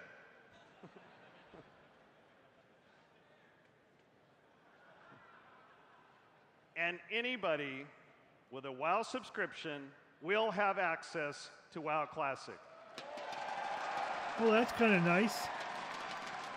So they're not going to charge extra, like some people thought. So it's going to be included with your 15 bucks. So I know you've had a lot month. of questions about how we're recreating WoW Classic. You can learn more about how we're faithfully restoring and recreating the game in a panel that we have called Restoring History, Creating WoW Classic, and it's tomorrow on the Mythic stage. So despite our differences as champions of the Alliance and heroes of the Horde, one thing brings us all together, and that's the annual charity drive. This year, our charity pet is this little guy. That's Whomper. So we're proud to announce that this year's WoW charity pet will go to support code.org. This is a nonprofit. It's a nonprofit dedicated to expanding computer science education in schools and increasing participation by women and minorities.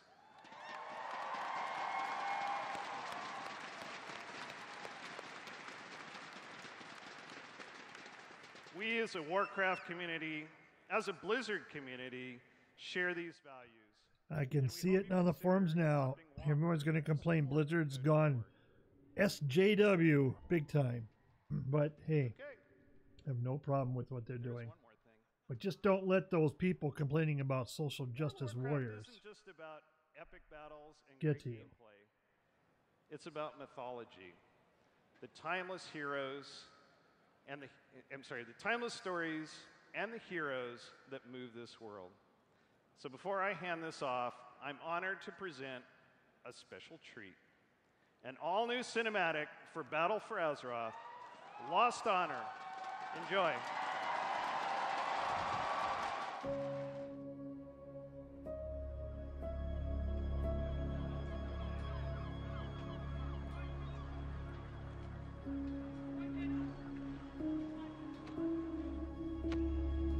That's the last of the soldiers.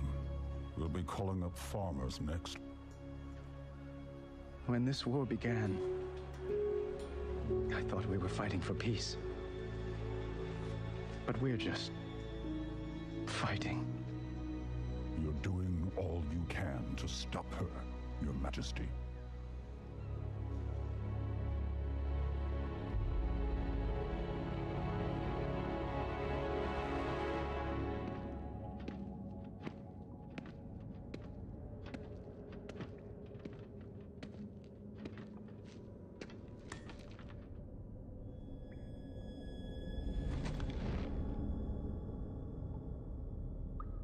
At Lordaeron, you had the chance to take my life. Maybe even end the war.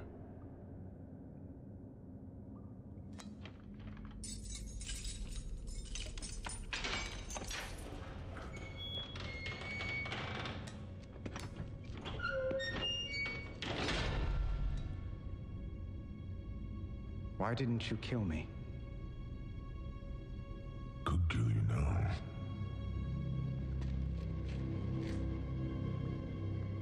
I spared you because I believed you have honor. Was I wrong? Do you want more innocents to suffer? The Horde... I have given everything for the Horde! Bled for it, killed for it, and Sylvanas is destroying it. She will destroy everything. What I want is my Horde back.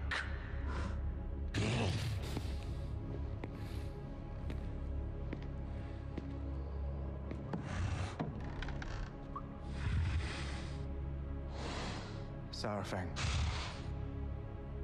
tell me why you spared my life.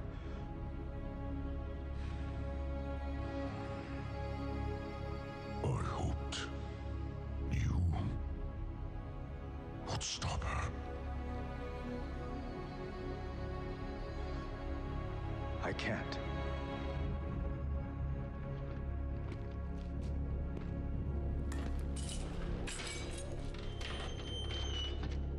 Not alone.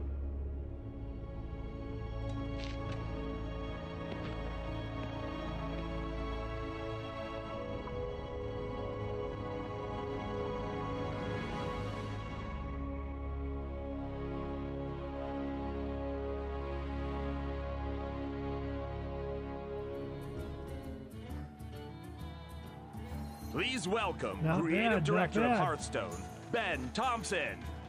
And here's the card game.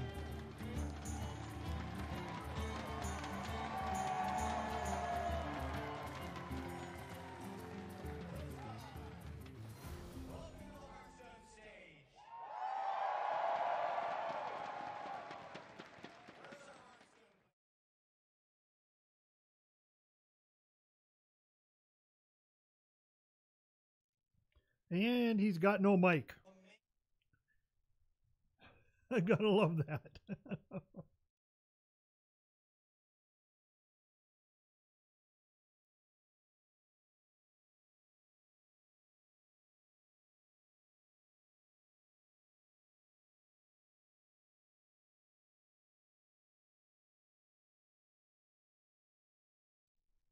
I am going to restart.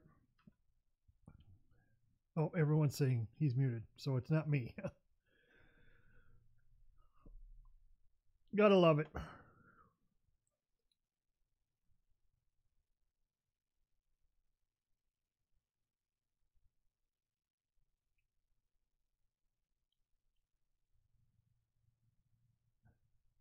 I'm going to go on to Reddit and read. Yep, they got muted. Words everywhere. They're trying to fix it.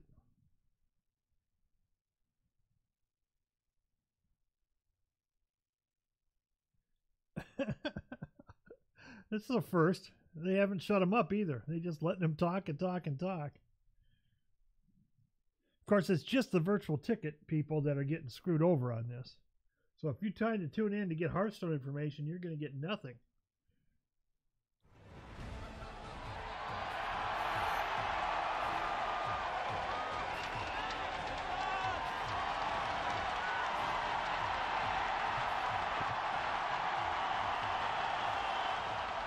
So they decided to go to Overwatch.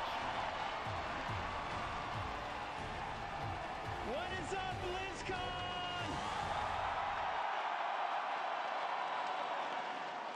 Can everybody hear the Overwatch arena?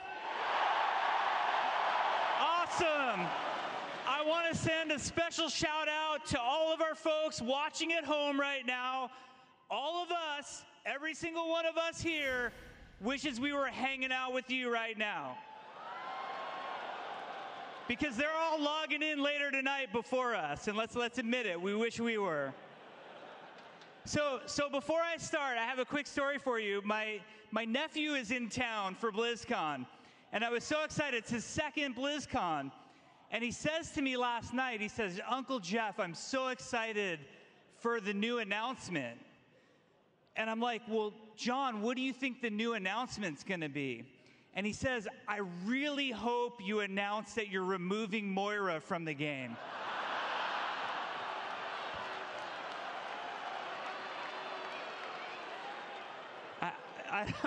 I don't know. He must be a free-for-all deathmatch player. That's what I'm thinking.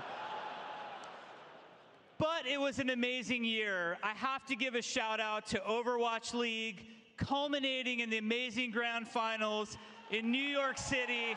It was so awesome to be there. We're so proud of Overwatch League. We added a looking for group system so you can finally have a Zenyatta that actually wants to be playing Zenyatta on your team. We added an endorsement system, and I heavily recommend for that Reinhardt who actually uses the shield instead of charge, endorse him. He's a good teammate. We brought you to new locations like Rialto and Busan. And we had so much fun in Korea this year, bringing you the Diva animated short. And Retribution was fantastic. Watching you guys just crush that content and learn more about our characters like McCree and Reyes. It was so much fun for us. And we added a couple new heroes. We introduced Brigitte, and of course,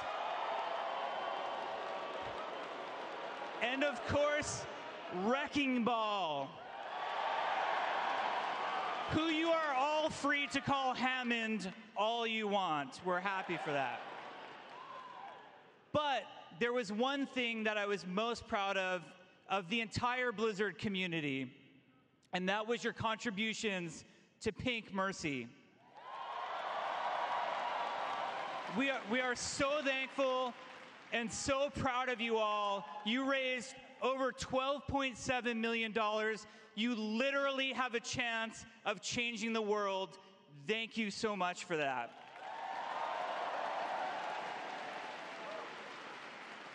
So as awesome as all of that stuff was this year, and how could I forget the Overwatch World Cup viewer and Lucy OOs? I know what everybody's having for breakfast tomorrow. But we like to come to BlizzCon to see new things, right? One of my favorite things about Blizzard and BlizzCon is the amazing work that the Story and Franchise Development Group does. These are the women and men who make the awesome Blizzard cinematics, and they are the same people who make the Blizzard animated shorts. Ladies and gentlemen, I'm proud to present to you, directed by the amazing Jason Hill, our latest animated short, Reunion.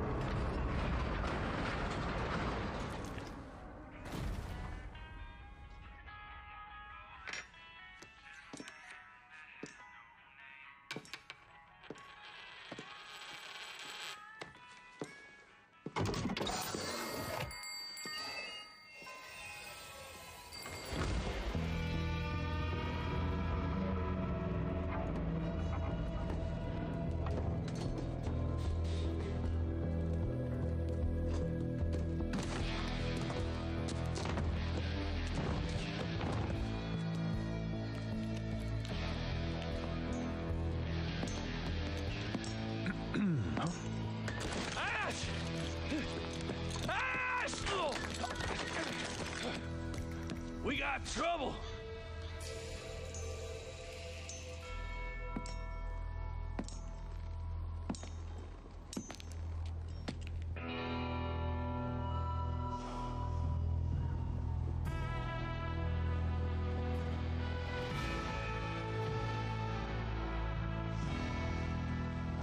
Jesse McCree.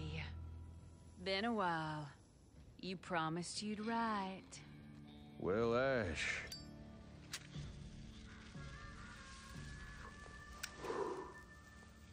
I've been kind of busy.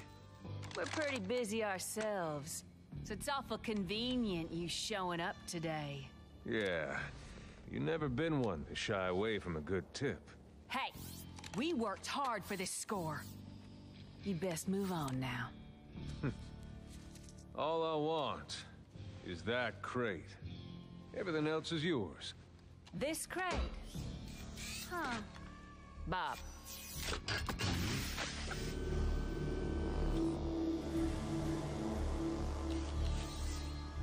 Well, well.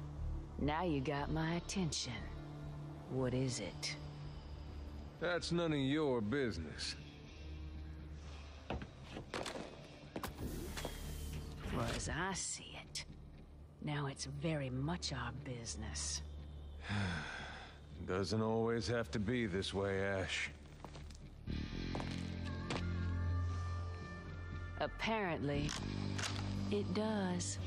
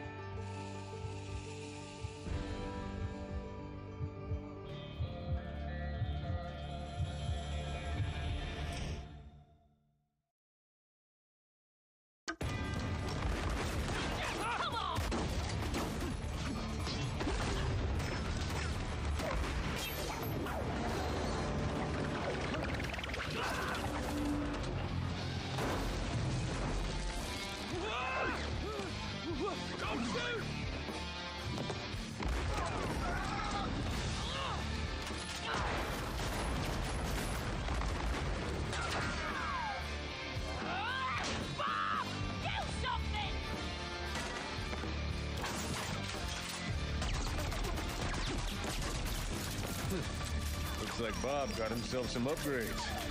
Knock him out of there! Last chance, McCree! Toss out your weapon! All right, Ash. Here it comes. Oh, shit!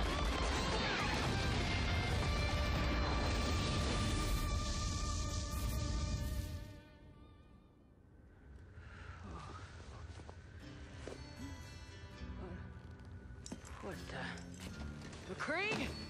Sorry about that, Bob. No hard feelings. McCree? Hey! Untie me, McCree! Say hi to the gang to for you. me. I will not be ignored! I'm gonna rebuild Bob, and I'm gonna have him rip off your other arm!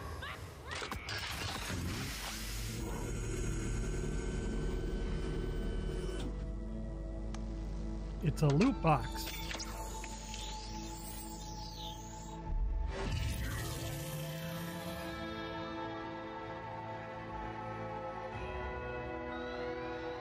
Hey there, cowboy.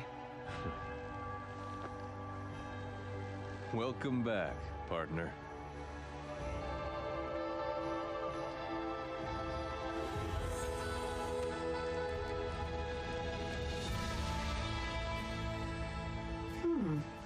How long have I been gone? Far too long. What happened? Well, that's a story for another time. But I got a call. They're getting the band back together. They want me, but really, they need you.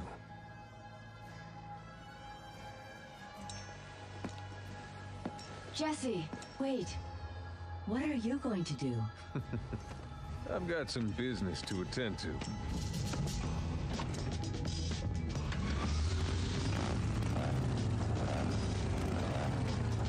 Say hi to the monkey for me. Monkey? Scientist. Whatever.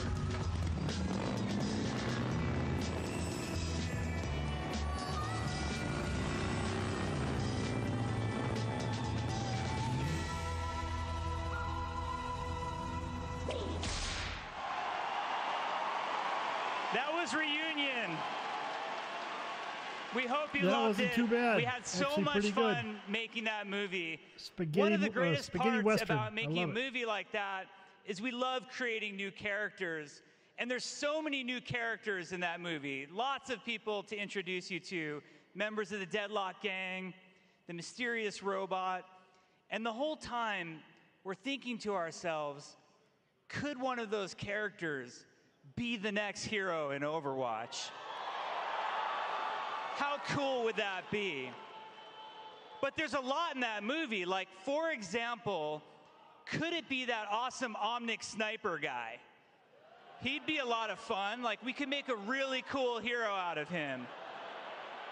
Or maybe one of the three triplets, or all of the three triplets. Like, they'd be cool. And those guys, you're going to study them, and you're going to learn a lot about them. And then, of course, there's Echo, the mysterious white robot that we all want to know more about. But I'm thinking Echo needs more time. We need to spend more time before we're ready for Echo. But what about Bob? I think Bob would be amazing. But to be honest, during the making of Reunion, we fell in love with one lady that stole the show. And I now give to you the 29th hero in Overwatch. Please enjoy.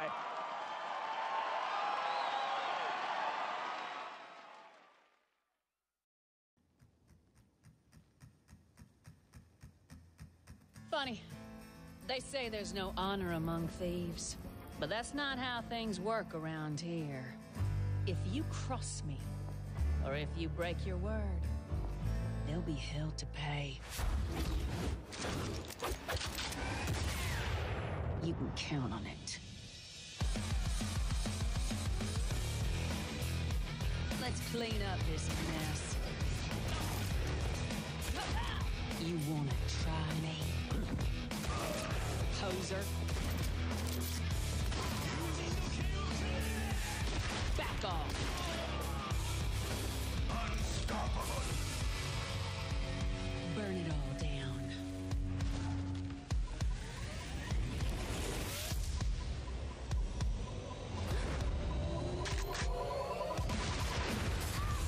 Now that gets the blood pumping. There you are.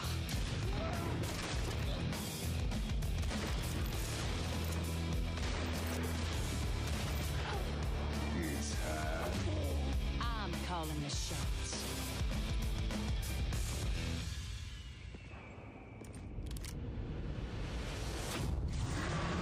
Bob, do something!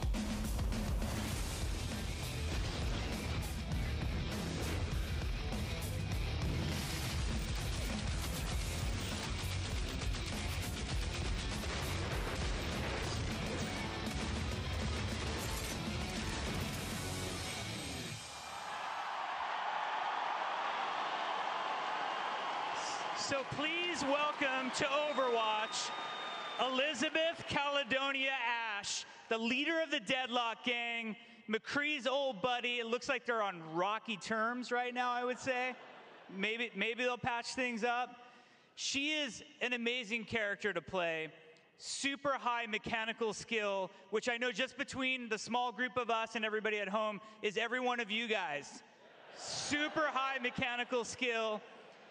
That gun is so much fun to shoot, and she has Bob as an ultimate, which is just the best. And wait till you see the skins we get to do for Bob and Ash. It's a lot of fun. So she's going to be great. You can learn all about Ash at the Overwatch What's Next panel. They're going to talk in depth about Ash. It's going to be pretty amazing. But now there's a lot more Blizzcon to be had. I want to make sure that we have plenty of time for the other announcements. The next stuff is really, really exciting, and I'm super proud to hand it over to Pete Stillwell of Blizzard Classic Games. Give him a hand. Howdy, BlizzCon.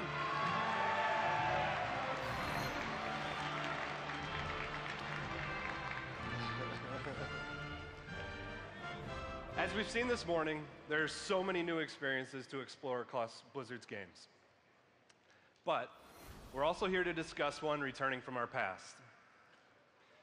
A few years ago, Blizzard started classic games around a simple idea.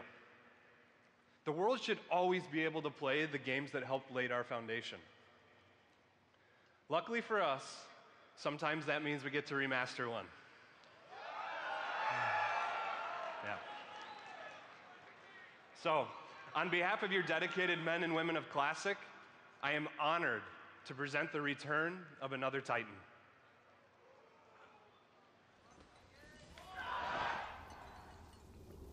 We never paid any heed to the ancient prophecies. Like fools, we clung to the old hatreds. And fought as we had for generations.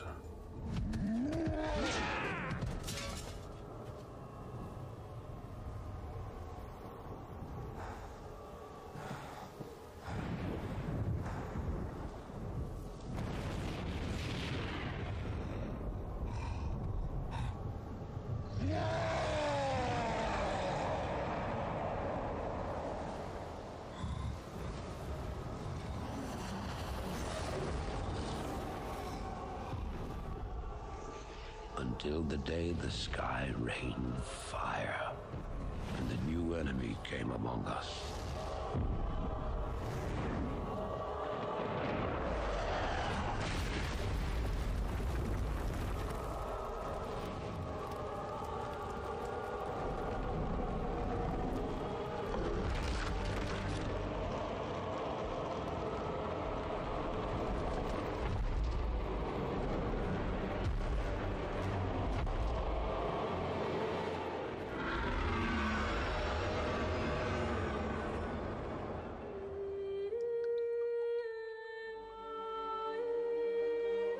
We stand now upon the brink of destruction, for the reign of chaos has come at last.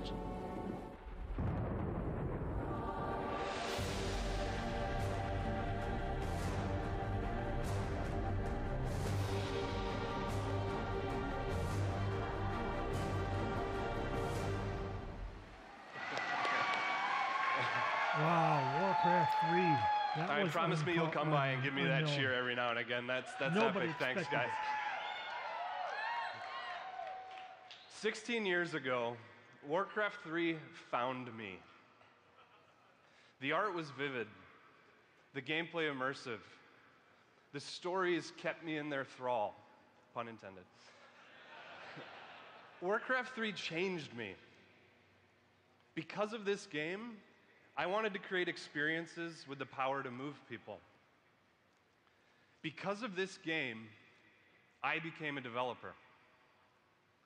And because of this game, I joined Blizzard and I stand before you today. Like, epic.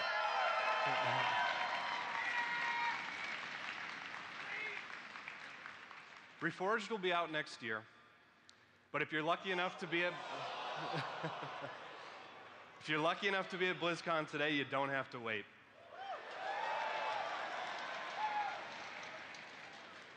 We've got the iconic culling playable here in our demo area. For those of you not familiar, in it you command Arthas as he and his forces purge Stratholme of undead taint. It's a really key moment in his ascension to becoming the Lich King. If you can't join us today, spoiler alert, yeah, sorry. You've had 16 years, people, come on. If you can't join us today, don't worry. Our amazing Blizzard video team has got you covered. They put together some gameplay footage, and rather than wait, let's see it now, yeah?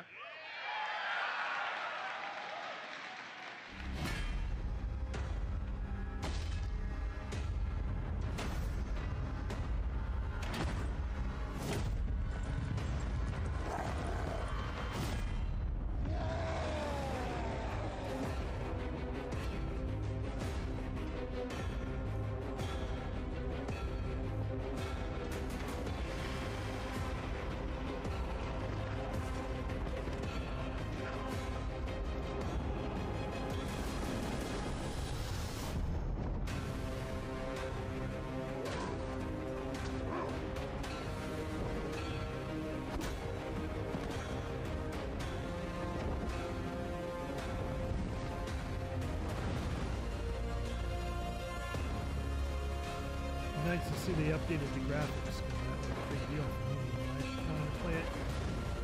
I didn't care for the graphics. This looks really nice. Really nice. 4K resolutions. Awesome.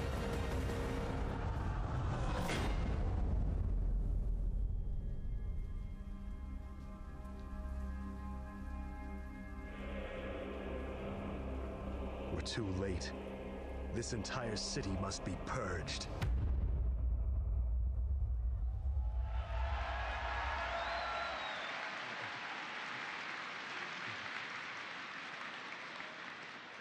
All right, so Reforged is going to be an exciting new chapter for Warcraft 3. But before we part, I would like to take a moment to really celebrate War 3 and what it's already been. I mean, it set the stage for World of Warcraft, a very minor footnote in its history. Warcraft 3 put Sylvanas on her path to becoming Queen of the Forsaken, and it saw Thrall lead the Horde's exodus to new beginnings in Kalimdor. And it manipulated the hubris of young Arthas as he crossed that terrible threshold at Stratholme, ultimately leading to his destruction and his ascension to Lich King. And that's just the campaign, right? War 3 found millions of other players in other ways, just like me, just like you guys. It changed us with competitive play that forced us to think differently. We forged friendships and sparked rivalries between clans over Battle.net. It empowered creators with an editor to help them bring their own dreams to life. And their custom games gave rise to new genres. Yeah. So, whether you're a campaigner, a ladder champion, a custom gamer, or you'll be new to Warcraft 3 Reforged, we hope you seize this opportunity to be found, to be changed, and to be inspired. On behalf of the men and women of Classic, we thank you for giving us this grand opportunity and purpose. So thank you. Kind of looks like Diablo 2 remastered probably won't be happening this year. Or not. The other really great thing is, you know, the love for Warcraft 3 is pretty universal around Blizzard. And that led us to what we're calling the Spoils of War Edition. You can order that today. You can pre-order that today, along with the Standard Edition at playwarcraft3.com. To tide you over until Reforged actually comes out, Spoils will unlock a bunch of great content across the other games. That includes Diablo 3, Hearthstone, Heroes of the Storm, both StarCrafts, and, of course, World of Warcraft, which features a meat wagon mount. So, we did a little begging, and the World of Warcraft team actually made the wagon's catapult function. Yeah. Critters throughout Azeroth will come to fear your wrath. For Reforged itself, Spoils will include 4 unique skins, all playable across whatever type of gamer you are. My personal favorite gives Jaina a Warhorse so that she can become playable as Archmage in competitive play. Yeah, it's cool.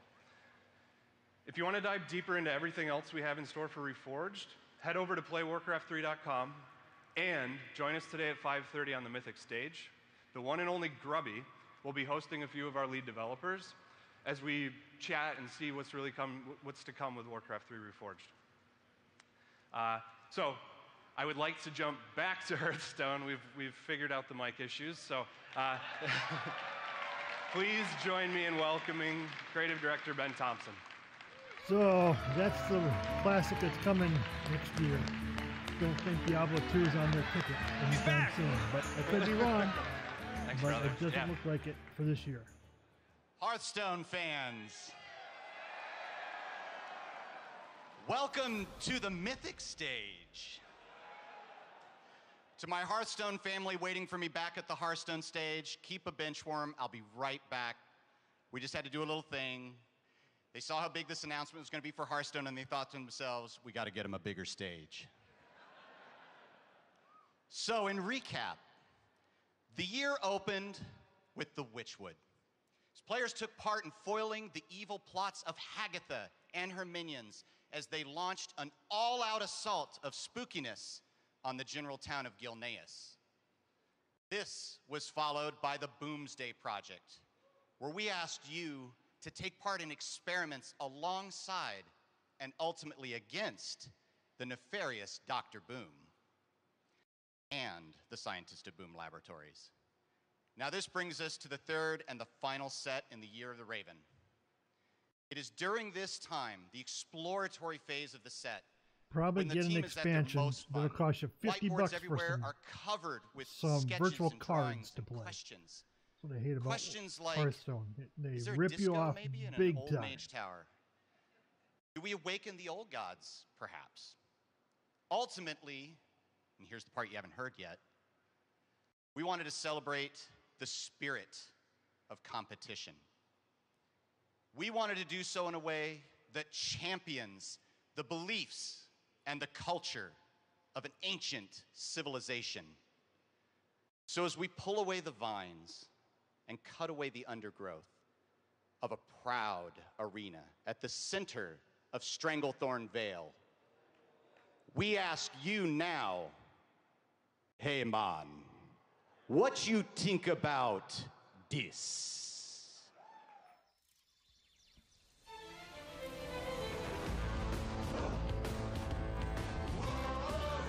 By earth, by air, rain and fire.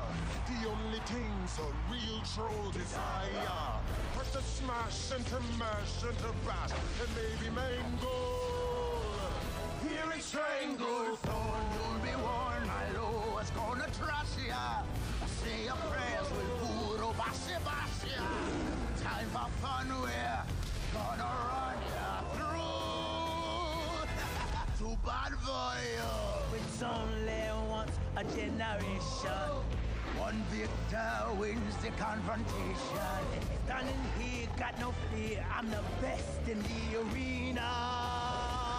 Man, you never seen a hero cut you down to zero. Victory is no joke. Careful at your door. Cloak. It's a star, our star is born. Here in Stranglethorn.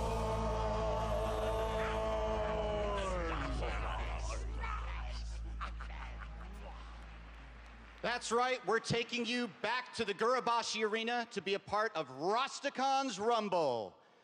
Revisit the arena in its prime, when once a generation, trolls from across Azeroth gather their teams to fight on behalf of their Loa and for the glory of combat. We've been hearing for a while from our players, where's our troll set? And we thought it was high time to bring this proud people to the game of Hearthstone. So let's decide together, here and now, to reclaim just what it means to be a troll. We invite all of our fellow trolls out there, in fact, to close the forums for a bit. Set the keyboard down. That guy's still going to be wrong when you get back. Just pick up a spear and join us on the arena floor. Now, let's get down to business. Let's talk about some cards.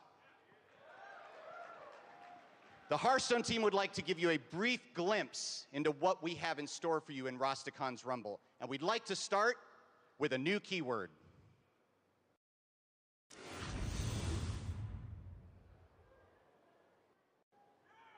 Overkill. Overkill plays to the gladiatorial spirit inherent in the Rumble. As a grizzled competitor of the ring, you know that the way to a fan's heart is through a dramatic flourish and some theatrical showmanship. Basically, if you can deal more damage than you need to destroy a minion, you get a bonus. In Sulthrace's case, I'm going to say that clearly, you get to attack for as many as 3 more times in a single turn. Now, this kind of showboating is sure to draw the attention of more than a few fans. Fans that are so excited, they want to get in on the action themselves. Fans like this guy.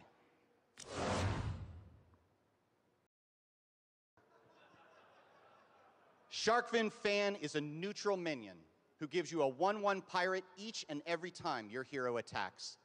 Now you pair that with a weapon like Sulthrace, and you're going to get some board control, and you're going to get it fast. Now, the 9 legendary champions at the head of each class or team in the Rumble embody the powers of their animal god, or Loa, while in the arena. Each class also gets a spirit. This spirit promises powerful abilities to the player who summons them.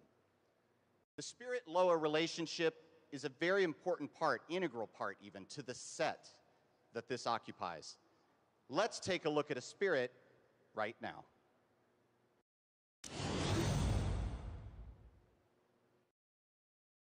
Now, the abilities found in these spirits are each different, and they're very class-specific. They have a lot of similarities as well. They're all 0-3 minions. They all have stealth for 1 turn. And they're all rare, which means that you get up to 2 in a single deck, maximizing the opportunity for some serious shenanigans.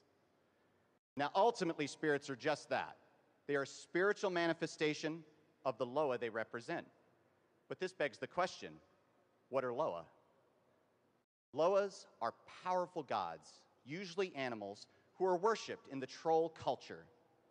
By aligning yourself with one of them, according to your class, they will fight by your side and guide you to victory. Now, you're probably asking yourself, what Loa calls to me? Well, if you're a paladin, you will be fighting for the honor of Shirvala the Tiger. Shirvala is a proud and noble Loa, not unlike the paladins who worship her. She's also incredibly powerful, power that comes at a cost. But consider the possibilities, if you will, if you've been investing your mana wisely on spells in the early game. Now, this is just the beginning. It's a brief glimpse into what's in store for you in Rastakon's Rumble. There's a lot more to learn, and we're going to share a lot of it with you over the next 2 days. Later today, there's a panel that will show even more cards and dig further into the expansion itself with Peter and Liv. They're going to take a look at a number of these classes that we mentioned and a number of the interactions of the cards found there. Tomorrow, the Hearthstone's missions team is going to walk you through just what it takes to make the single-player content in the game.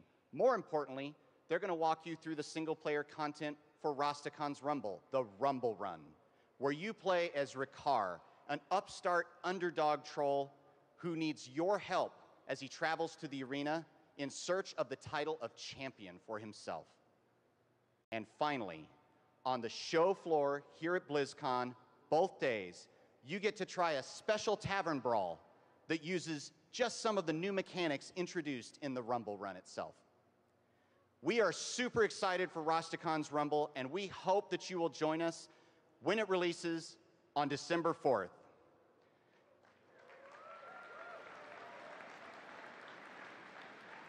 But if you just can't wait, pre-purchase begins today. So until then, the Hearthstone team will ask you, which Loa speaks to you? Now I'd like to pass it to my personal spirit animal, the lead game designer, Wyatt Chang.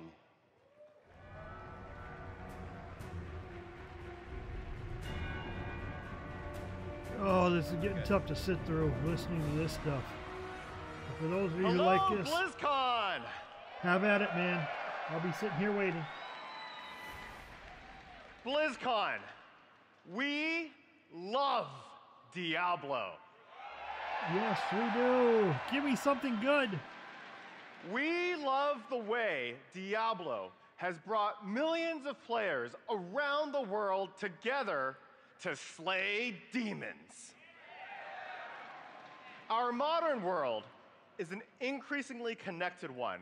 Our mobile devices keep us closer than ever to our friends, family, and loved ones. So we knew we want to use mobile devices as the platform for a new Diablo game. Because nothing brings a family together like slaying demons. But we want to do it in a way that's true to Blizzard, putting gameplay first. We want to do it in a way that feels right for Diablo. We are making a full-fledged action RPG you can play everywhere with everyone. Now, I have a cinematic to show you, but first, allow me to set the stage. At the end of Diablo II, Lord of Destruction, Baal had corrupted the World Stone. The World Stone is an object of immense power. It has the power to create worlds. The World Stone was used to create Sanctuary. Baal, one of the primevals, had corrupted the World Stone, and that corruption threatened to echo through all of humanity, turning humans evil and violent. The Archangel Tyrael, knowing this, made the sacrificial decision to use his legendary blade Eldruin to shatter the World Stone. What happens next? Let's roll the cinematic.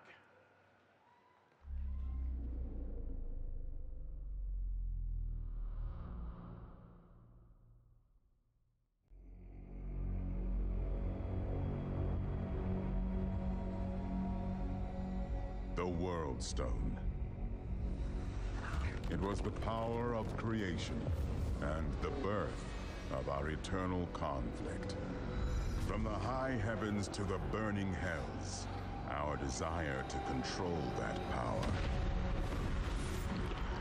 poisoned its very nature. And so, I gave my life to destroy it.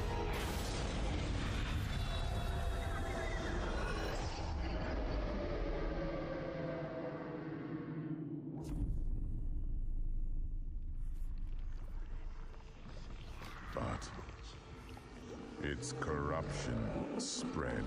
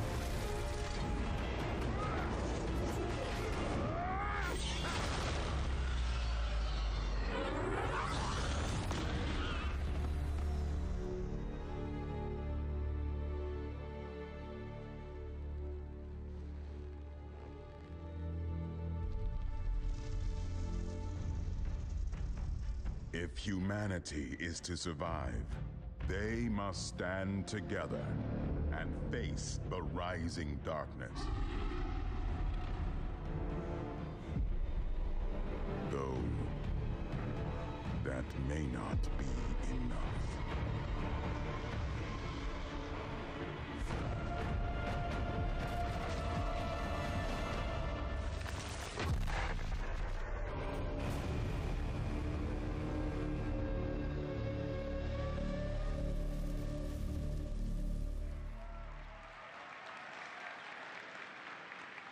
Interesting name. Diablo Immortal. We are so excited about this game. Diablo Immortal is our chance to explore 20 years of untold stories that happened in between Diablo 2 and Diablo 3. What happened to Tyrael after the explosion of the World Stone? What was Deckard Cain up to during this time? Why did Malthael abandon heaven? I want to be there for the founding of the Demon Hunters and the golden age of Westmarch. We'll have new stories for beloved characters.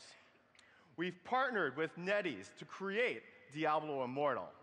NetEase has been a partner, a close partner of Blizzard for almost 10 years, and their passion, dedication, and expertise have allowed us to bring Diablo to mobile.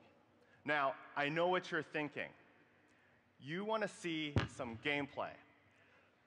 So up next, let's have a look at what Diablo Immortal looks like in action. Let's roll it.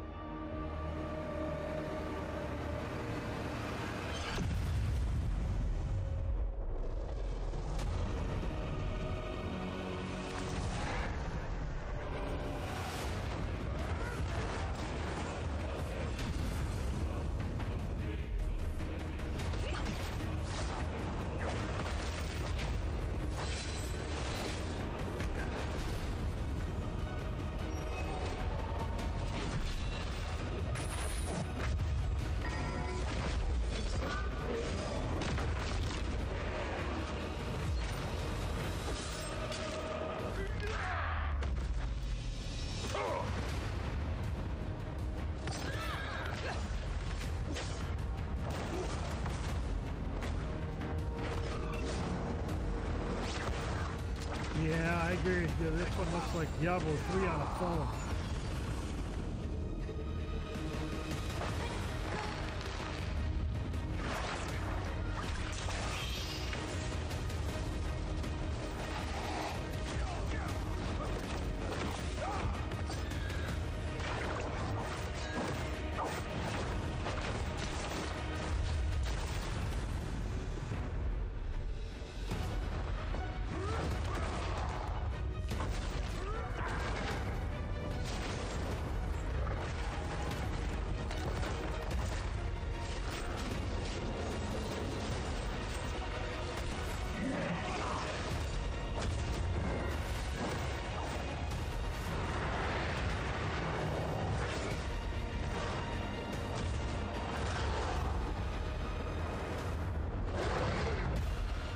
What I want to know is, of the player base, who asked for this?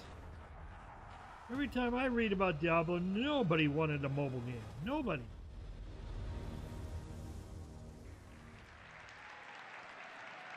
%100% disappointed. 100%.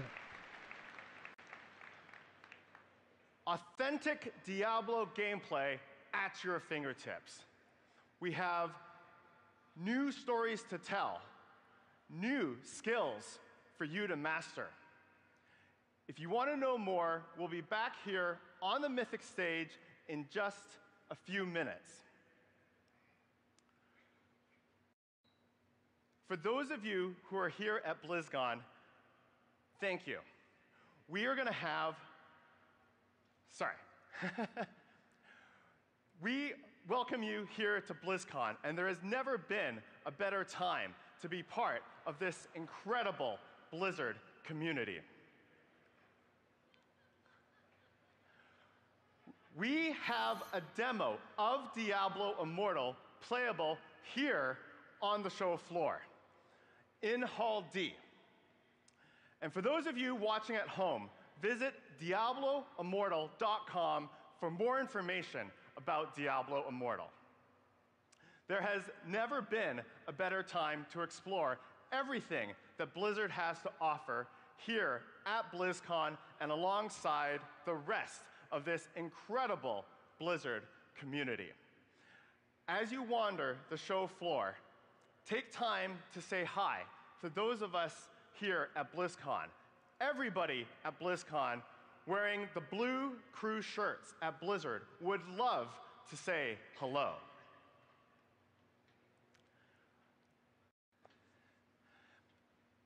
Have fun, make friends, and have an epic, epic BlizzCon. Thank you. Wow, that was nothing sauce. Nothing sauce for Diablo. This concludes our opening ceremonies. Mythic Stage's panel presentations resume shortly with Diablo, What's Next? Have a great I'm just sitting here at my desktop waiting to be able to play Classic. So as soon as the button goes live.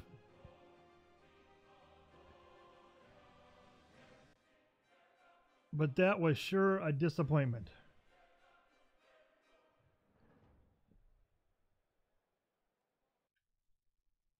Anyway, I have to kill the screen for obvious reasons.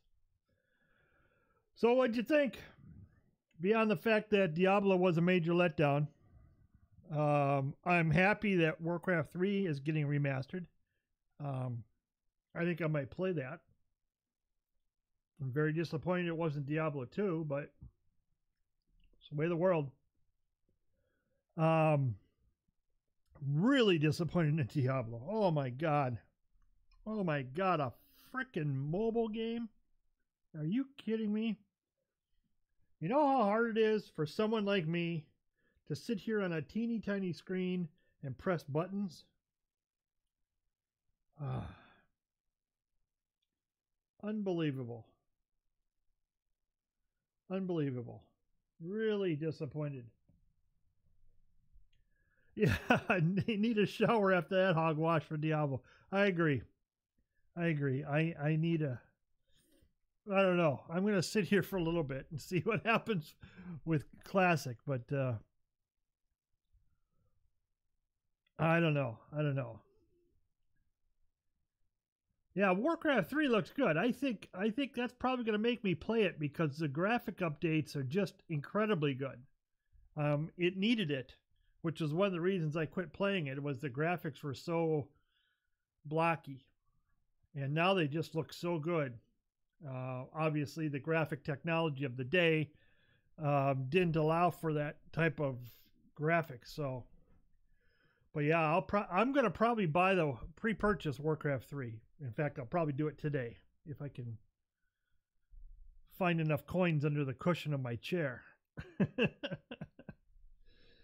But that Diablo 2 mobile game, that's as good as dead for me. You know, I'll just stick to Diablo 2. Sorry. It's just going to be that way. And I'm sure if you go on Reddit and look at... In fact, that's what I'm going to do. Let's go on Reddit. Let's see. No, I'm not going to go on Reddit. I was thinking about it, but I won't. Let me go on Reddit on my phone. I don't want to bring up something that someone may not be appropriate on screen. That's always an issue. Okay, let's see. Let's go down to the Diablo Reddit and see. Here we go. First post. Blizzard, you are dead to me. And someone says, and to think I almost flew to BlizzCon. Are you kidding me? Someone says, realistically, who even wants to play a simpler, worse version of Diablo 3? You know, Blizzard, you've lost me as a fan. What did Diablo do to deserve a mobile game? Confirmed, Blizzard wasted another year of Diablo news. BlizzCon 218, end of an era. So disappointed, now I have to look down onto a mobile to have new Diablo content. Lost all faith in Blizzard on Diablo. Just why? What a waste of time and money. Blizzard crowd, you disgust me. Mobile? Seriously? You know, these are the comments that Diablo fans, not just Diablo 2, just Diablo in general. Actual tears of pain instead of happiness during BlizzCon. Even the audience was disappointed. Someone says, that's it? Really? That's the big news?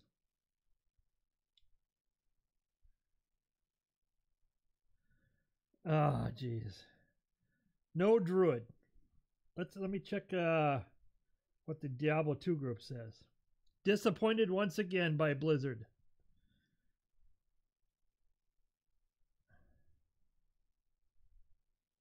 That's the only thing, but let's see what the WoW group had to say, just out of curiosity. One of the most disappointing BlizzCons ever, except for the Warcraft 3 remaster. I get it. Come on, guys, let's fire up Classic here.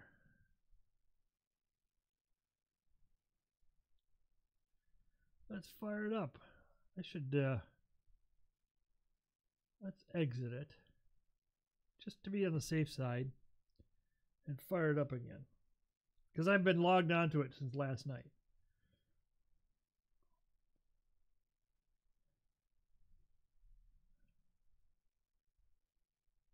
Bingo.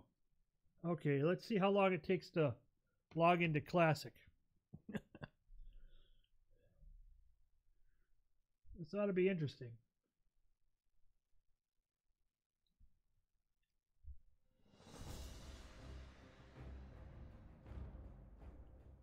Oh, look at all those. Let's go on 2. They got a lot of servers up. They got 20 servers up. Ah! This looks familiar. Where's my Tauren? Male. Shaman.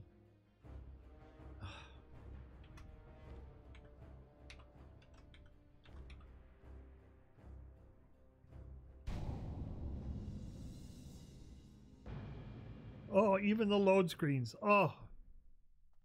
Oh my god. You think there's enough people out here playing, huh? Let me spread that back here. Nice. What do you need?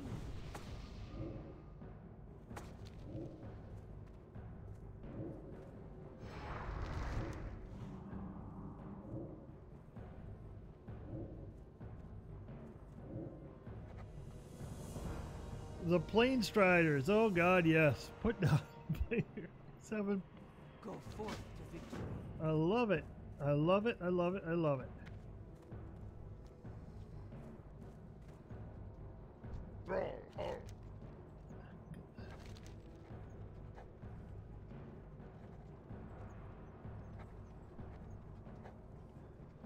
I wonder if the option is still there to make the text immediate. Oh, there's my debuff. I got 60 minutes. Okay, let's go into the settings. Interface options. Let's see. Auto loot. Let's see. Display. Instant quest text. That's what I wanted. There we go. Action bars.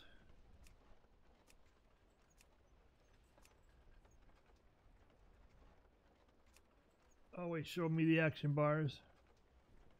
Show numbers for cooldowns.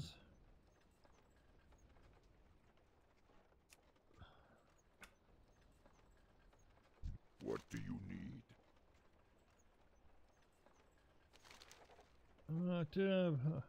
Find Mankirk's wife. Oh yes. For the Horde. And of course the log window. It's all there.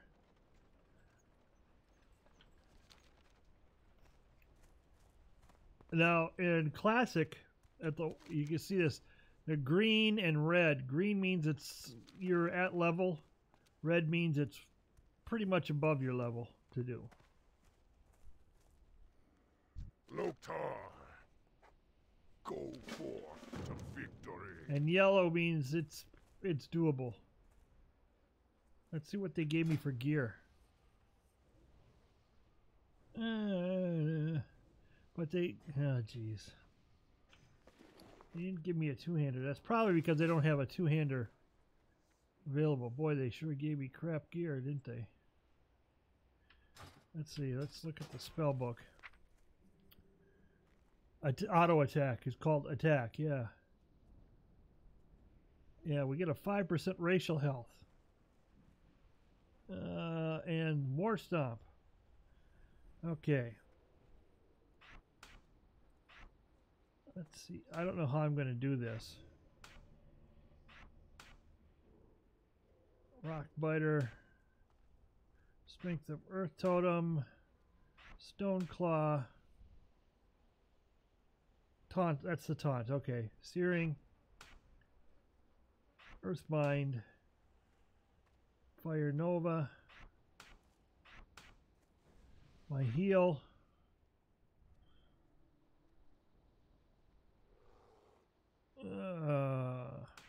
And food. Let's get War Stomp in there. Let's see, Earth Shock. I got rank 1 Earth Shock. We're going to do rank 1 and then 3. And Flame Shock's only got 1 rank. Lightning Bolt's got 3, but we're going to keep that Purge. Purge will be out here. The Searing Totem, Stoneclaw Totem, okay. Under Enhance, oh, we do have Lightning Shield. Okay, we'll keep Lightning Shield up. Rock Biter, that's the only one that we got for our weapon. Rock Biter adds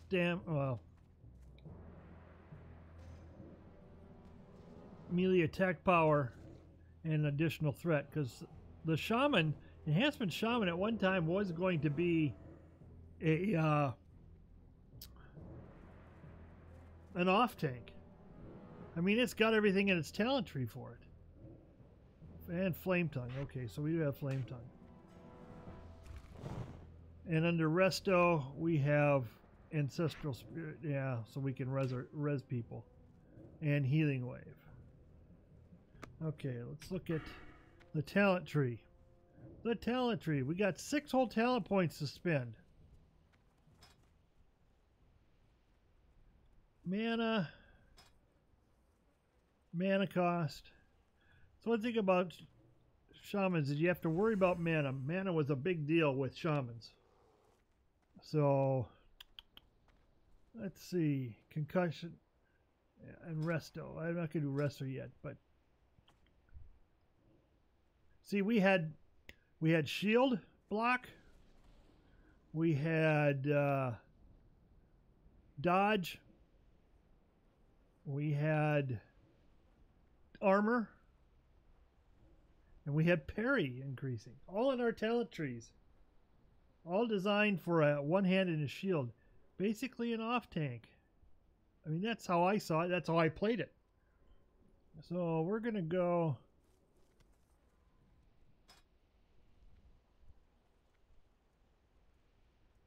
We'll do the shocks. Anything to reduce our mana.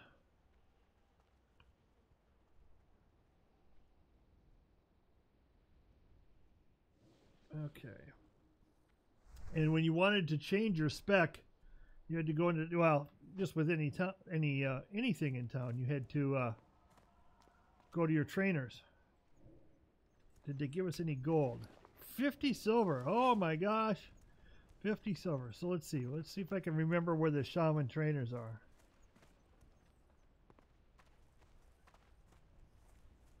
There's the Flight Wind Rider. Trade supplies, general supplies. I got another quest here. Not that I really care about doing quests at this time. Dark Lady, watch over you. Goodbye.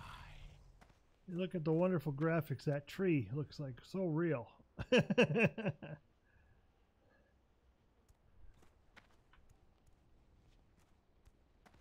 Let's see. This is the professions.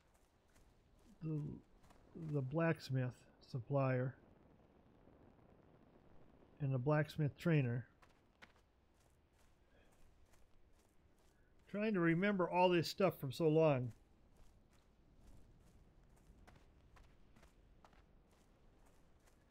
Oh yeah, I should check out my professions here.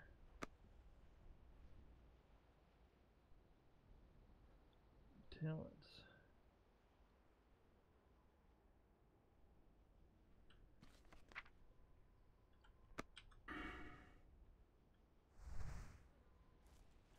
I don't think it shows up. Leatherworking. Leatherworking and skinning is what they want me to. Leatherworking as a shaman. I don't really care about that. Maybe I'll... What the hell? I don't even know where. Let's see. General goods. Trade supplies. How you doing, man? You gotta buy me a. Oh, they already gave me a skinning knife. Oh, I didn't even look. Okay.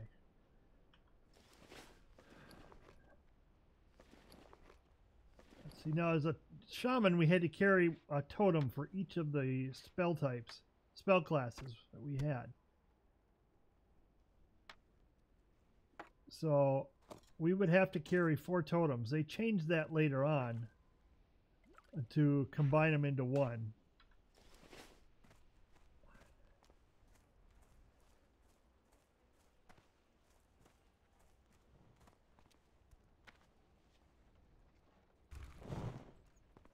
But yeah, like paladins, you always had to cast your weapon buff on as a shaman.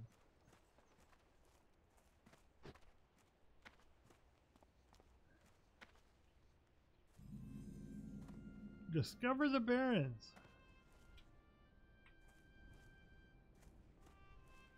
So many times.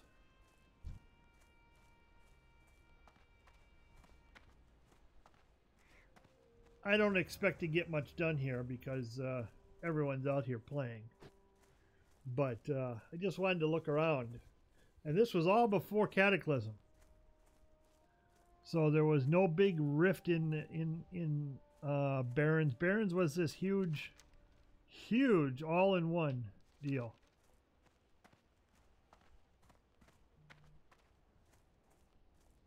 Yeah, see, everyone's going to be out here killing. I suppose I could skin. Oh yeah, I could skin all these.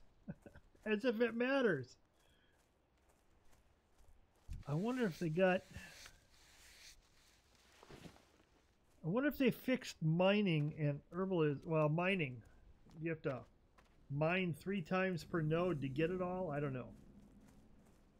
I wonder if I can get to Orgrimmar.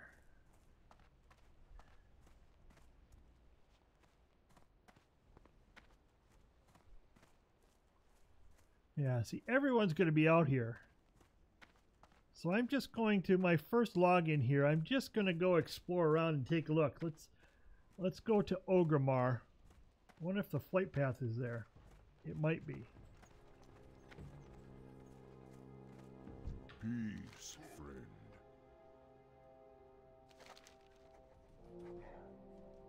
Ancestors. And there's one thing I liked about the quest system in Classic is you had to find the quest givers. It wasn't just thrown at you. You know, they weren't just thrown at you saying, hey, you need to go here, and then you pick up 3 quests, and then you bring them back and you do 3 more. And you know, you had to go find the quest givers because they weren't necessarily in the same place. Strength and honor.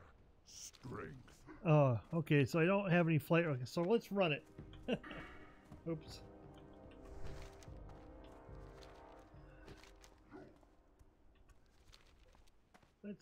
Let's take the jaunt to Orgrimmar so you can take a look at old Orgrimmar.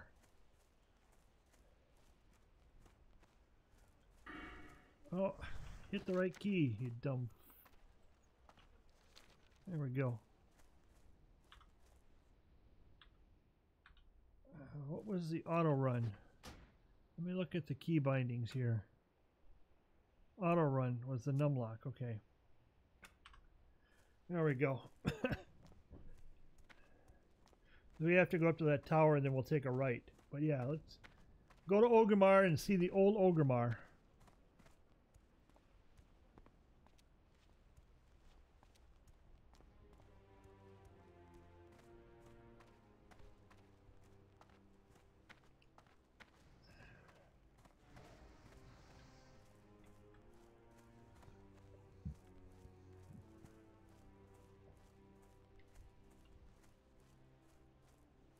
There's a lot of players out, and I'm sure these servers are going to be packed this afternoon. But I'm only going to play for a bit just to do a little bit of adventuring and discovery and looking around. So there's no point in trying to kill stuff because there's just so many people out and running around trying to get spawns is ridiculous.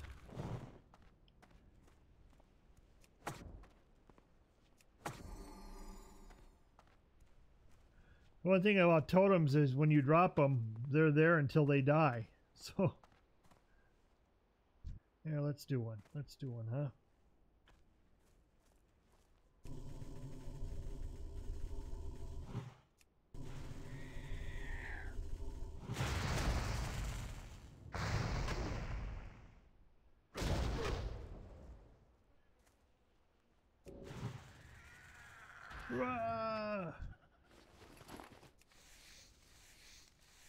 So yeah, it's completely different than the current mechanics, and everything is slower too.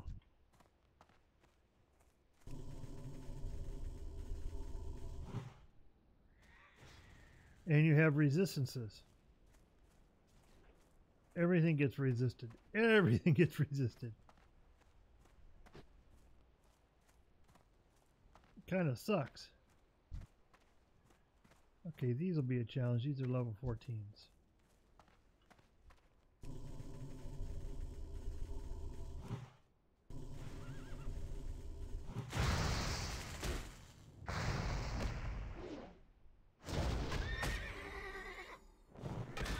See all the resistance?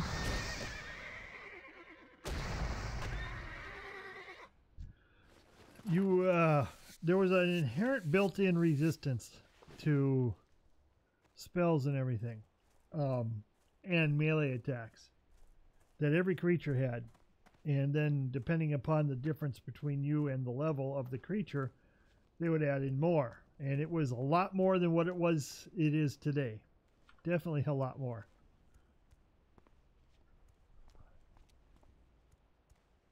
But it provided that extra challenge that is missing from today's game. I love this look. Let's check out the graphics. I should go on, let me bump it all the way up. I should be able to run it. There we go. There's all the way up. I see all the grass. Now let's see, does it show my... They don't even have the game stats anymore yet. This is like, yeah, you couldn't tell what your frame per second was unless you had an external program, which is nice.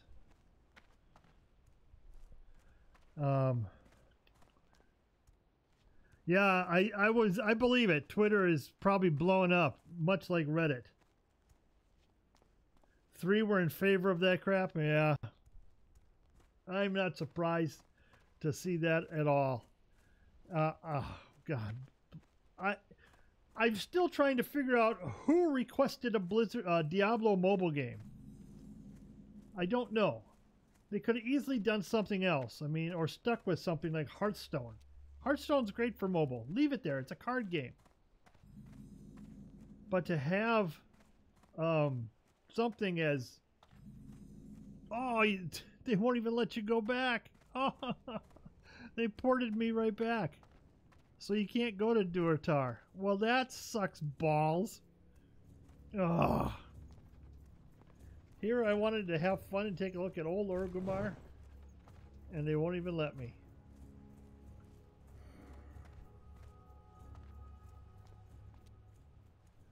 Oh well, such is life. Let's look around to what we can see.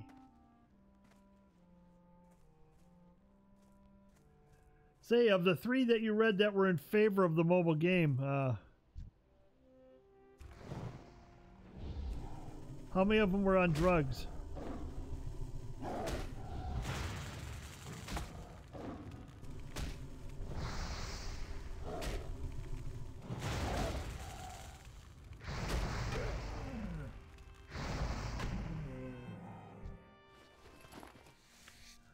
Wow.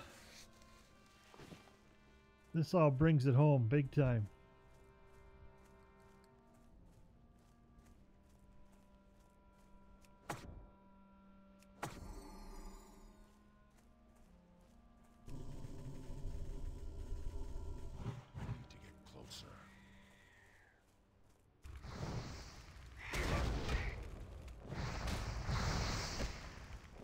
Yeah, even Elemental played like this. Elemental had to do melee attacks.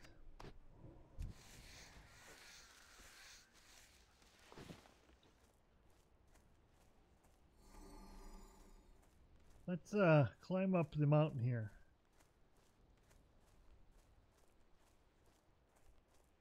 Yeah, once I'm done here in a little while, I will definitely check out social media for the response to Diablo announcements.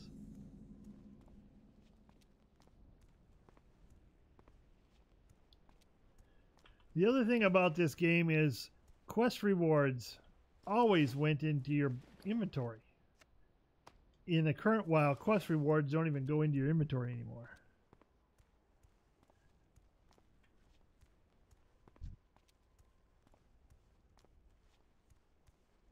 See, some of us remember where to find creatures where no one else is around.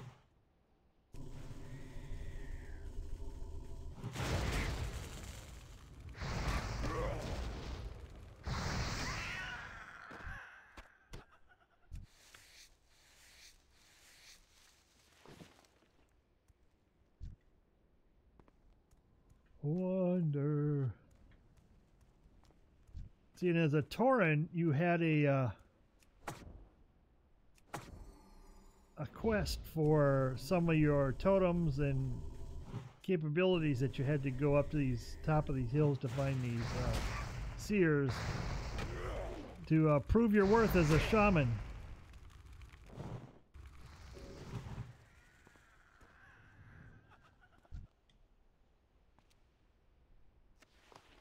Oh, jeez, I got some gloves. So great when you're low level and you got nothing, and all of a sudden, oh, even if they're cloth, they're better than nothing, you know? Oh, I gotta go down here just to get back up. Oh well.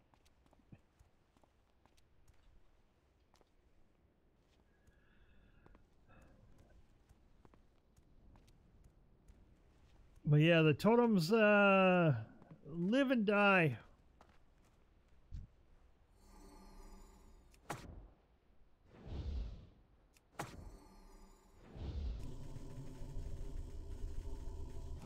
Now I'm doing a mouse click on this stuff because I don't have any key bindings set up the way I feel comfortable with and what have you. So, but this is how a wonderful shaman, whether you were elemental or not, this is pretty much how you played. You played a couple of spells and then you'd bring them in and beat them to death.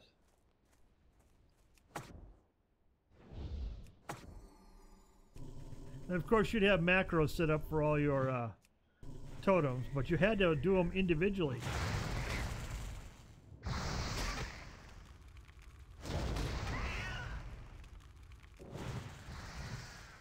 And you catch them running away. Now, we don't have Frost Shock.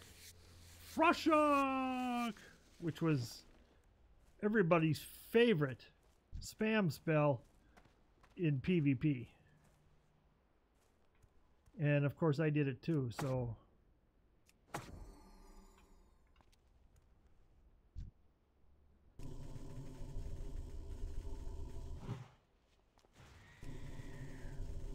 Of course, damage was a lot lower. All sorts of things.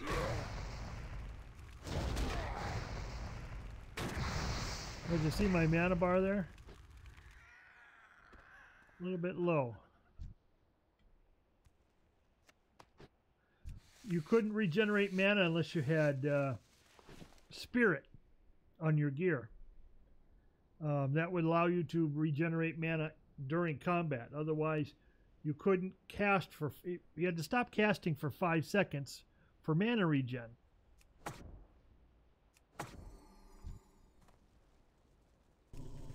And every spell, even casting a totem, was considered a spell.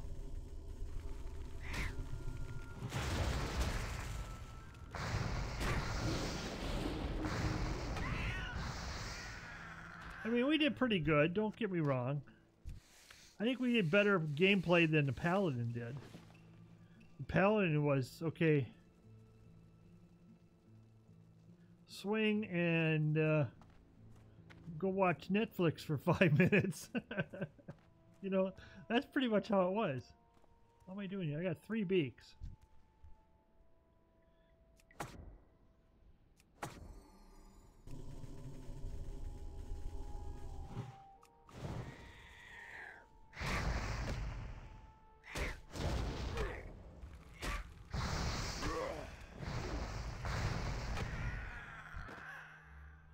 But yeah, I got, what did I get? Copper chain vest. All right. Unfortunately, it's for blacksmithing. Oh, who wants me now? Who wants me now? Nothing. Let's check Diablo again here. Hold on. Let's see.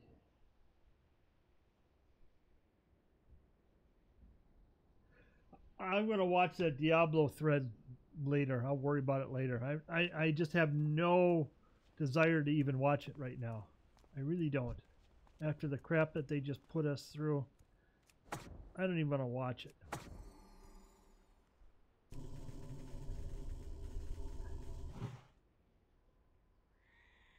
Resist.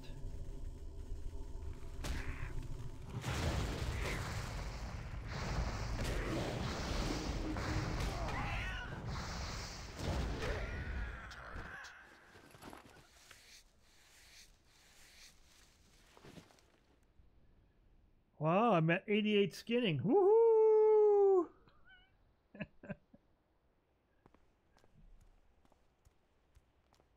So yeah, this is really nothing new to me. I mean, I remember playing it this way, but it's definitely been some time.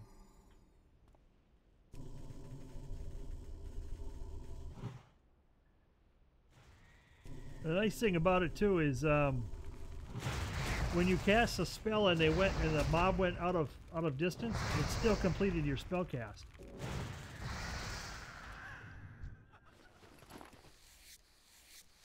But I'm still looking for Plane Strider beaks. I'm not getting them. Oh well.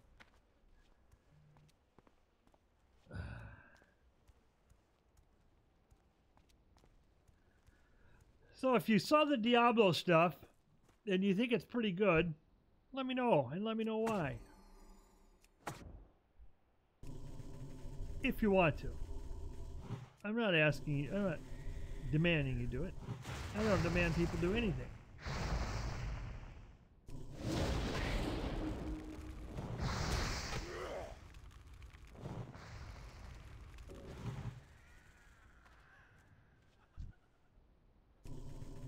But it would be interesting to know what your thoughts are.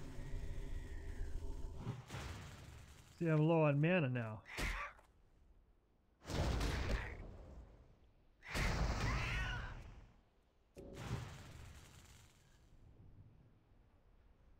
He'll come back.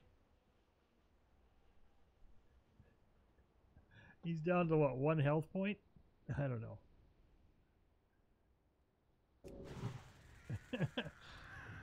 Yes, waiting for mana.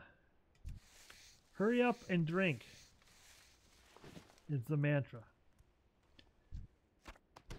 Hey, I got a beak! Yay! It's grind, grind, grind. World of Warcraft Classic is grind, grind, grind. You need to get 10 beaks. You're probably going to kill 40 to 50 creatures to get them 10 beaks. Why? Because when you killed the other ones, you probably smashed them to hell. You have no beaks left. Ugh. No well.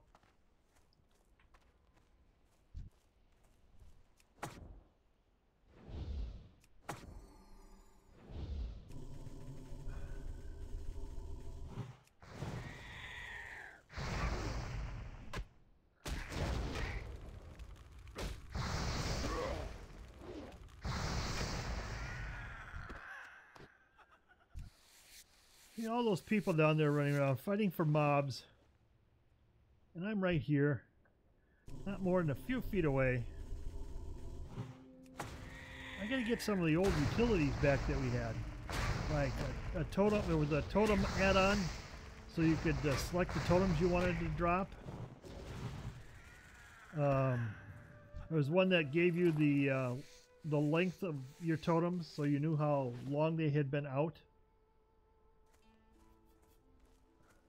I hope some of those add-ons come back. They were the quality of life stuff that this game had at the time, and well worth it. I'm lucky these are yellows.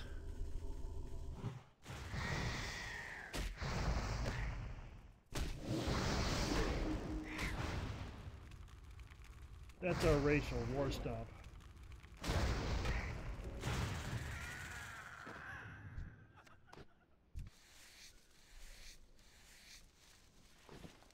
So we've played 30 minutes. We got another 30 minutes or so to sit around and kill these things. I wonder if we'll even get through this quest. But now you understand how much slower the game is. I'm almost leveled here.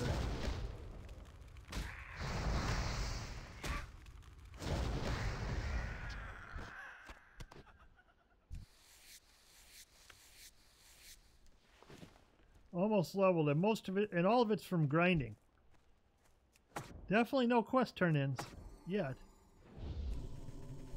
I only need 3 more beaks.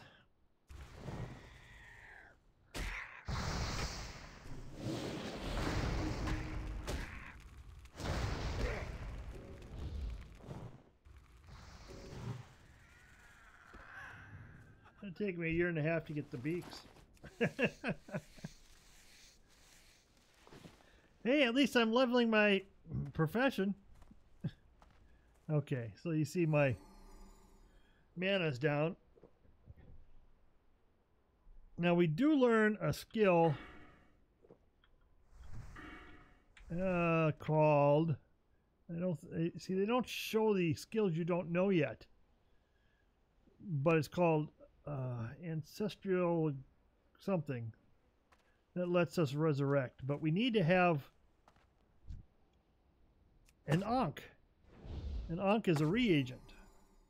Every one of these special spells that most classes had required a reagent. Like druids had in-combat res, but they needed a reagent to do it. Yay! Ding, ding, ding, ding, ding, ding, ding, ding. I leveled. Yay!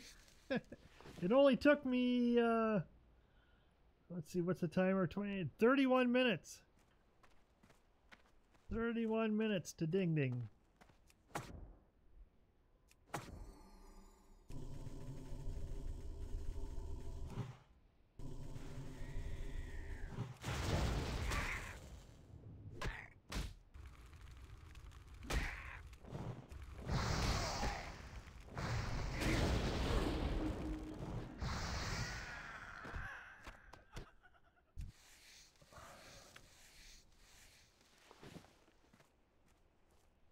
So anyway, this is this is the path of what they expected you to play in terms of speed way back. You know, they thought, okay, this level process is going to take you a half an hour minimum.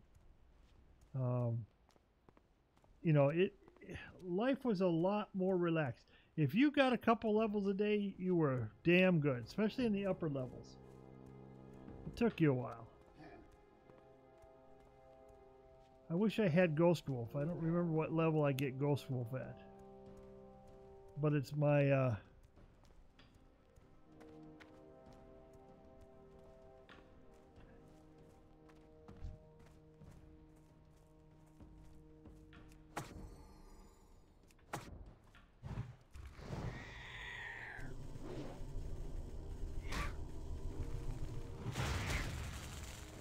I need beaks.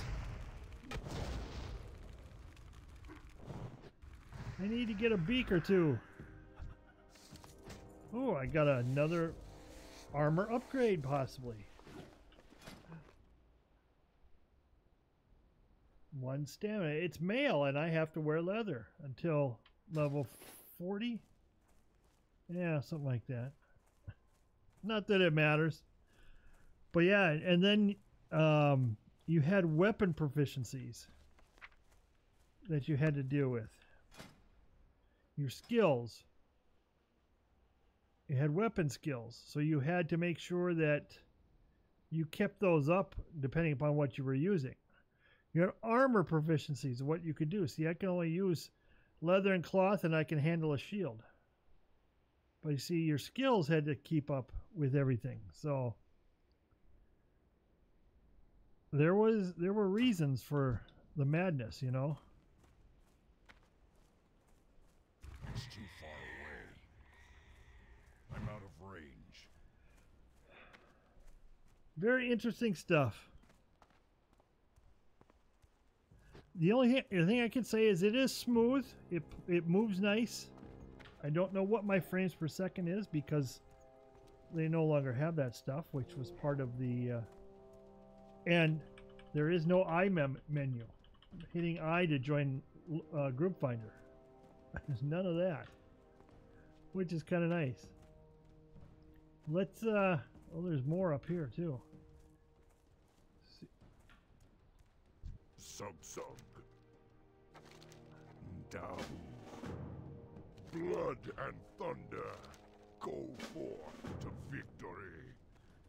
And when you look on the map, hey, there's nothing there showing where the quests are. You have to actually read the quests to find out where they are. I wonder if I can go over to Ratchet. Ratchet would be down, be over this way. Go to Ratchet, see if the boats are running. See what happens if you climb on the boat.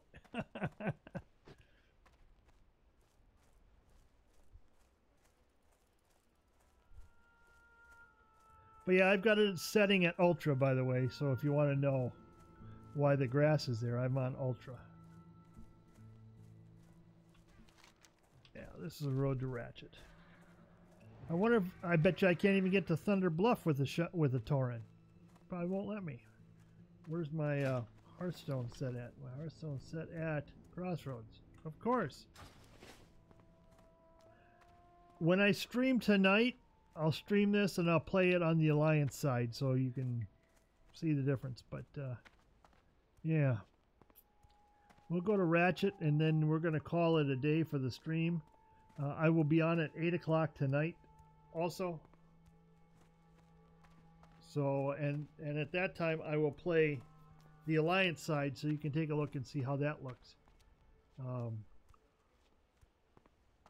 But I'm pretty pleased. It definitely looks old. It plays smooth. I'll put it to you that way. Which is kind of nice. So the graphics are not exactly what they were with Classic, but they are darn old looking. And the movement is just as slow. You know, when Cataclysm hit, they increased your run speed by like 40% maybe. I don't remember how much exactly it was. But they increased your run speed so that characters flew better or moved faster. Also, they have twinked with the global cooldown. There used to be a mandatory, 1.5 second global cooldown, I think it was. And then they started saying, well, if you get haste on your gear, when they started getting haste gear, you could, lesser the global cooldown. And then they officially dropped the global cooldown, I think down to 1 second. When they did some other things with quality of life stuff. So, I don't think the boats will actually be there.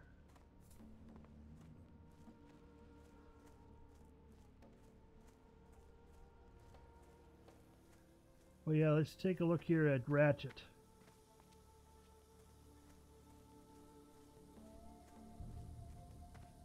Just like I remember it.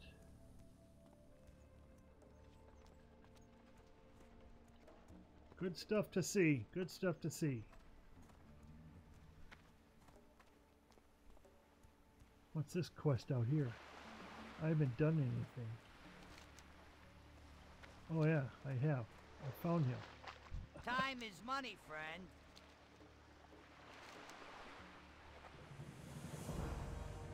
Be good. Yeah, they're not going to bring the boats out. I guarantee it. I wonder if the flight master is up. I wonder if you can fly between here and... Oh yeah, there it is. There it be. I wonder if we have the... You have to... if you wanted to fly between multiple points, you had to stop between each point. I remember that. Oh my gosh. So Ratchet hasn't changed from the beginning. We still have this goblin dude in here. And his laboratory. What's his name again? Gazlo, that's right.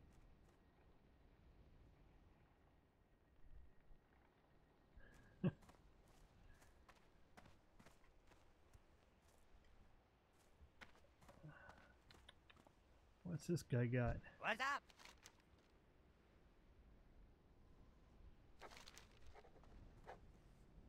Have a good one. Talk to me.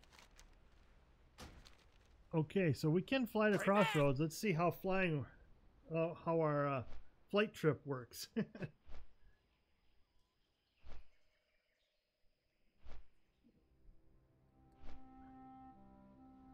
So over here is Durotar, where Orgrimmar is, but we can't go there. I tried and it ported me right as soon as I got to the bridge and stepped on the bridge. It ported me right back to Crossroads Inn. So don't believe you're gonna be able to get to Orgrimmar. I don't believe you're gonna get to Thunder Bluff either. So.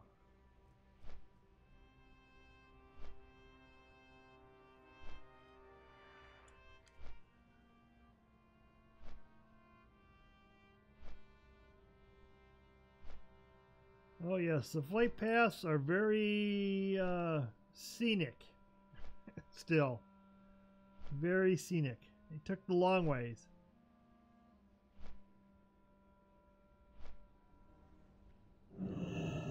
So, that's what it looks like, folks.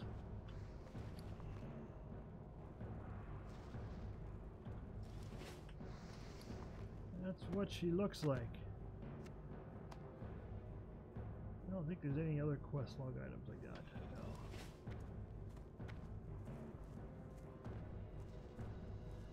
No. Someone's saying, come on guys, don't pull 2 mobs at once. Yeah, that's the thing. You will die quickly. You will die quickly.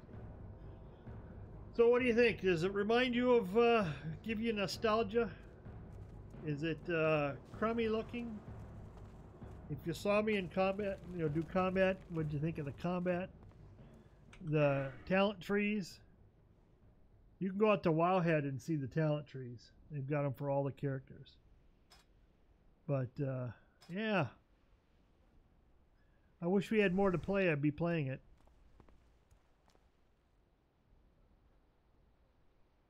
Let's see. Let's go up top the tower.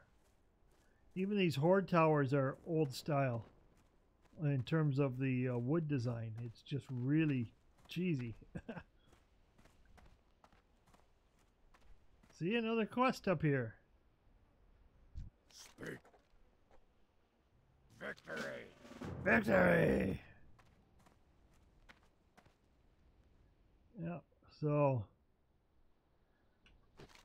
that's looking down south on the Gold Road. Well, I know what I'll do. Let's head down south. Down the Gold Road, which is the main road down through Barrens.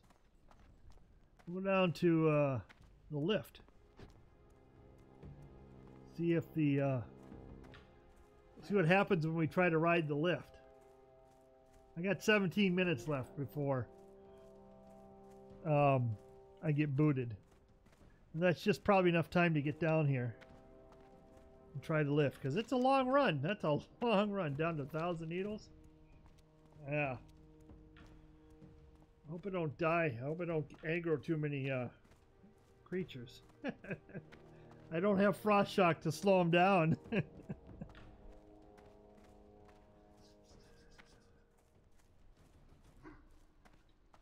Oh, mouse, work, work.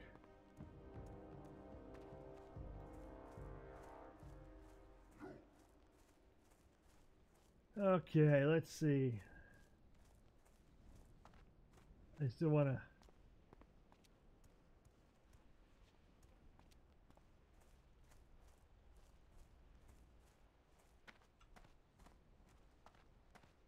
Uh-oh, Reddit is doing a Q&A, an AMA with Wyatt Cheng and Joe Su.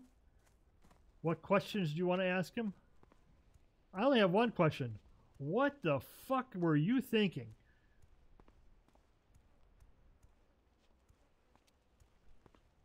Ugh. He's going to get chewed out on this AMA on the Diablo Reddit this afternoon. Holy crap. Nobody wanted this. Nobody wanted it.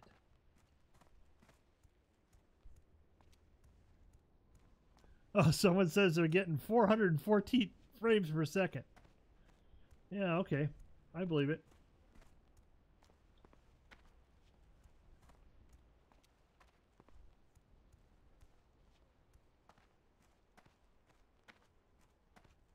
Someone said, is this an out-of-season April Fool's joke?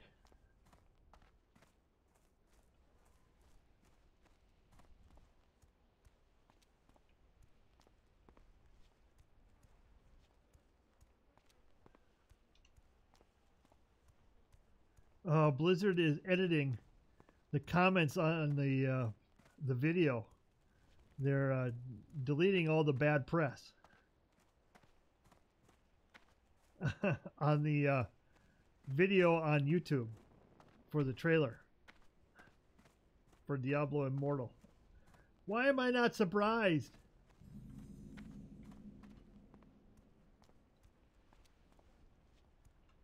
Wow.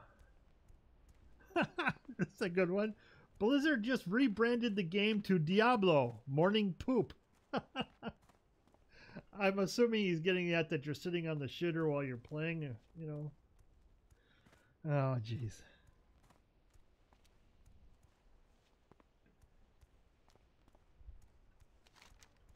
We're not quite halfway there. What graphic setting? Okay, it does support widescreen, so it is using the.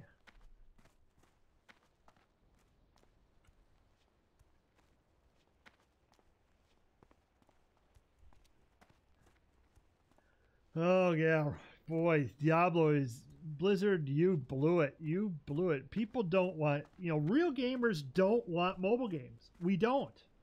We want games we play on the computer like we always do. Excuse me while I have something to crunch on. I'm just kind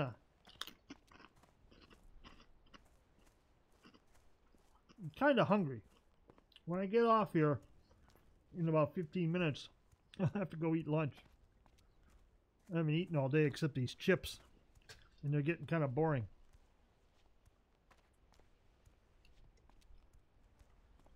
Yeah, I'll watch BlizzCon. I'll come on tonight after the WoW or after everything's over that I want to watch. And I'll log back into Classic on the Alliance side and take a look and show around for the people who care. Can take a look.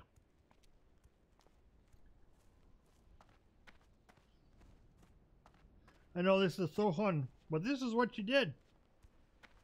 You had a quest giver up in Crossroads, and you had a quest down here at the bottom.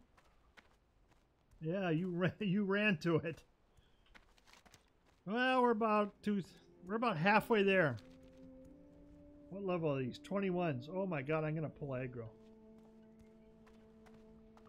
Well, they're too close to the road. I'm gonna pull aggro. I'm gonna go back and we'll park it, and then we'll call it. for now.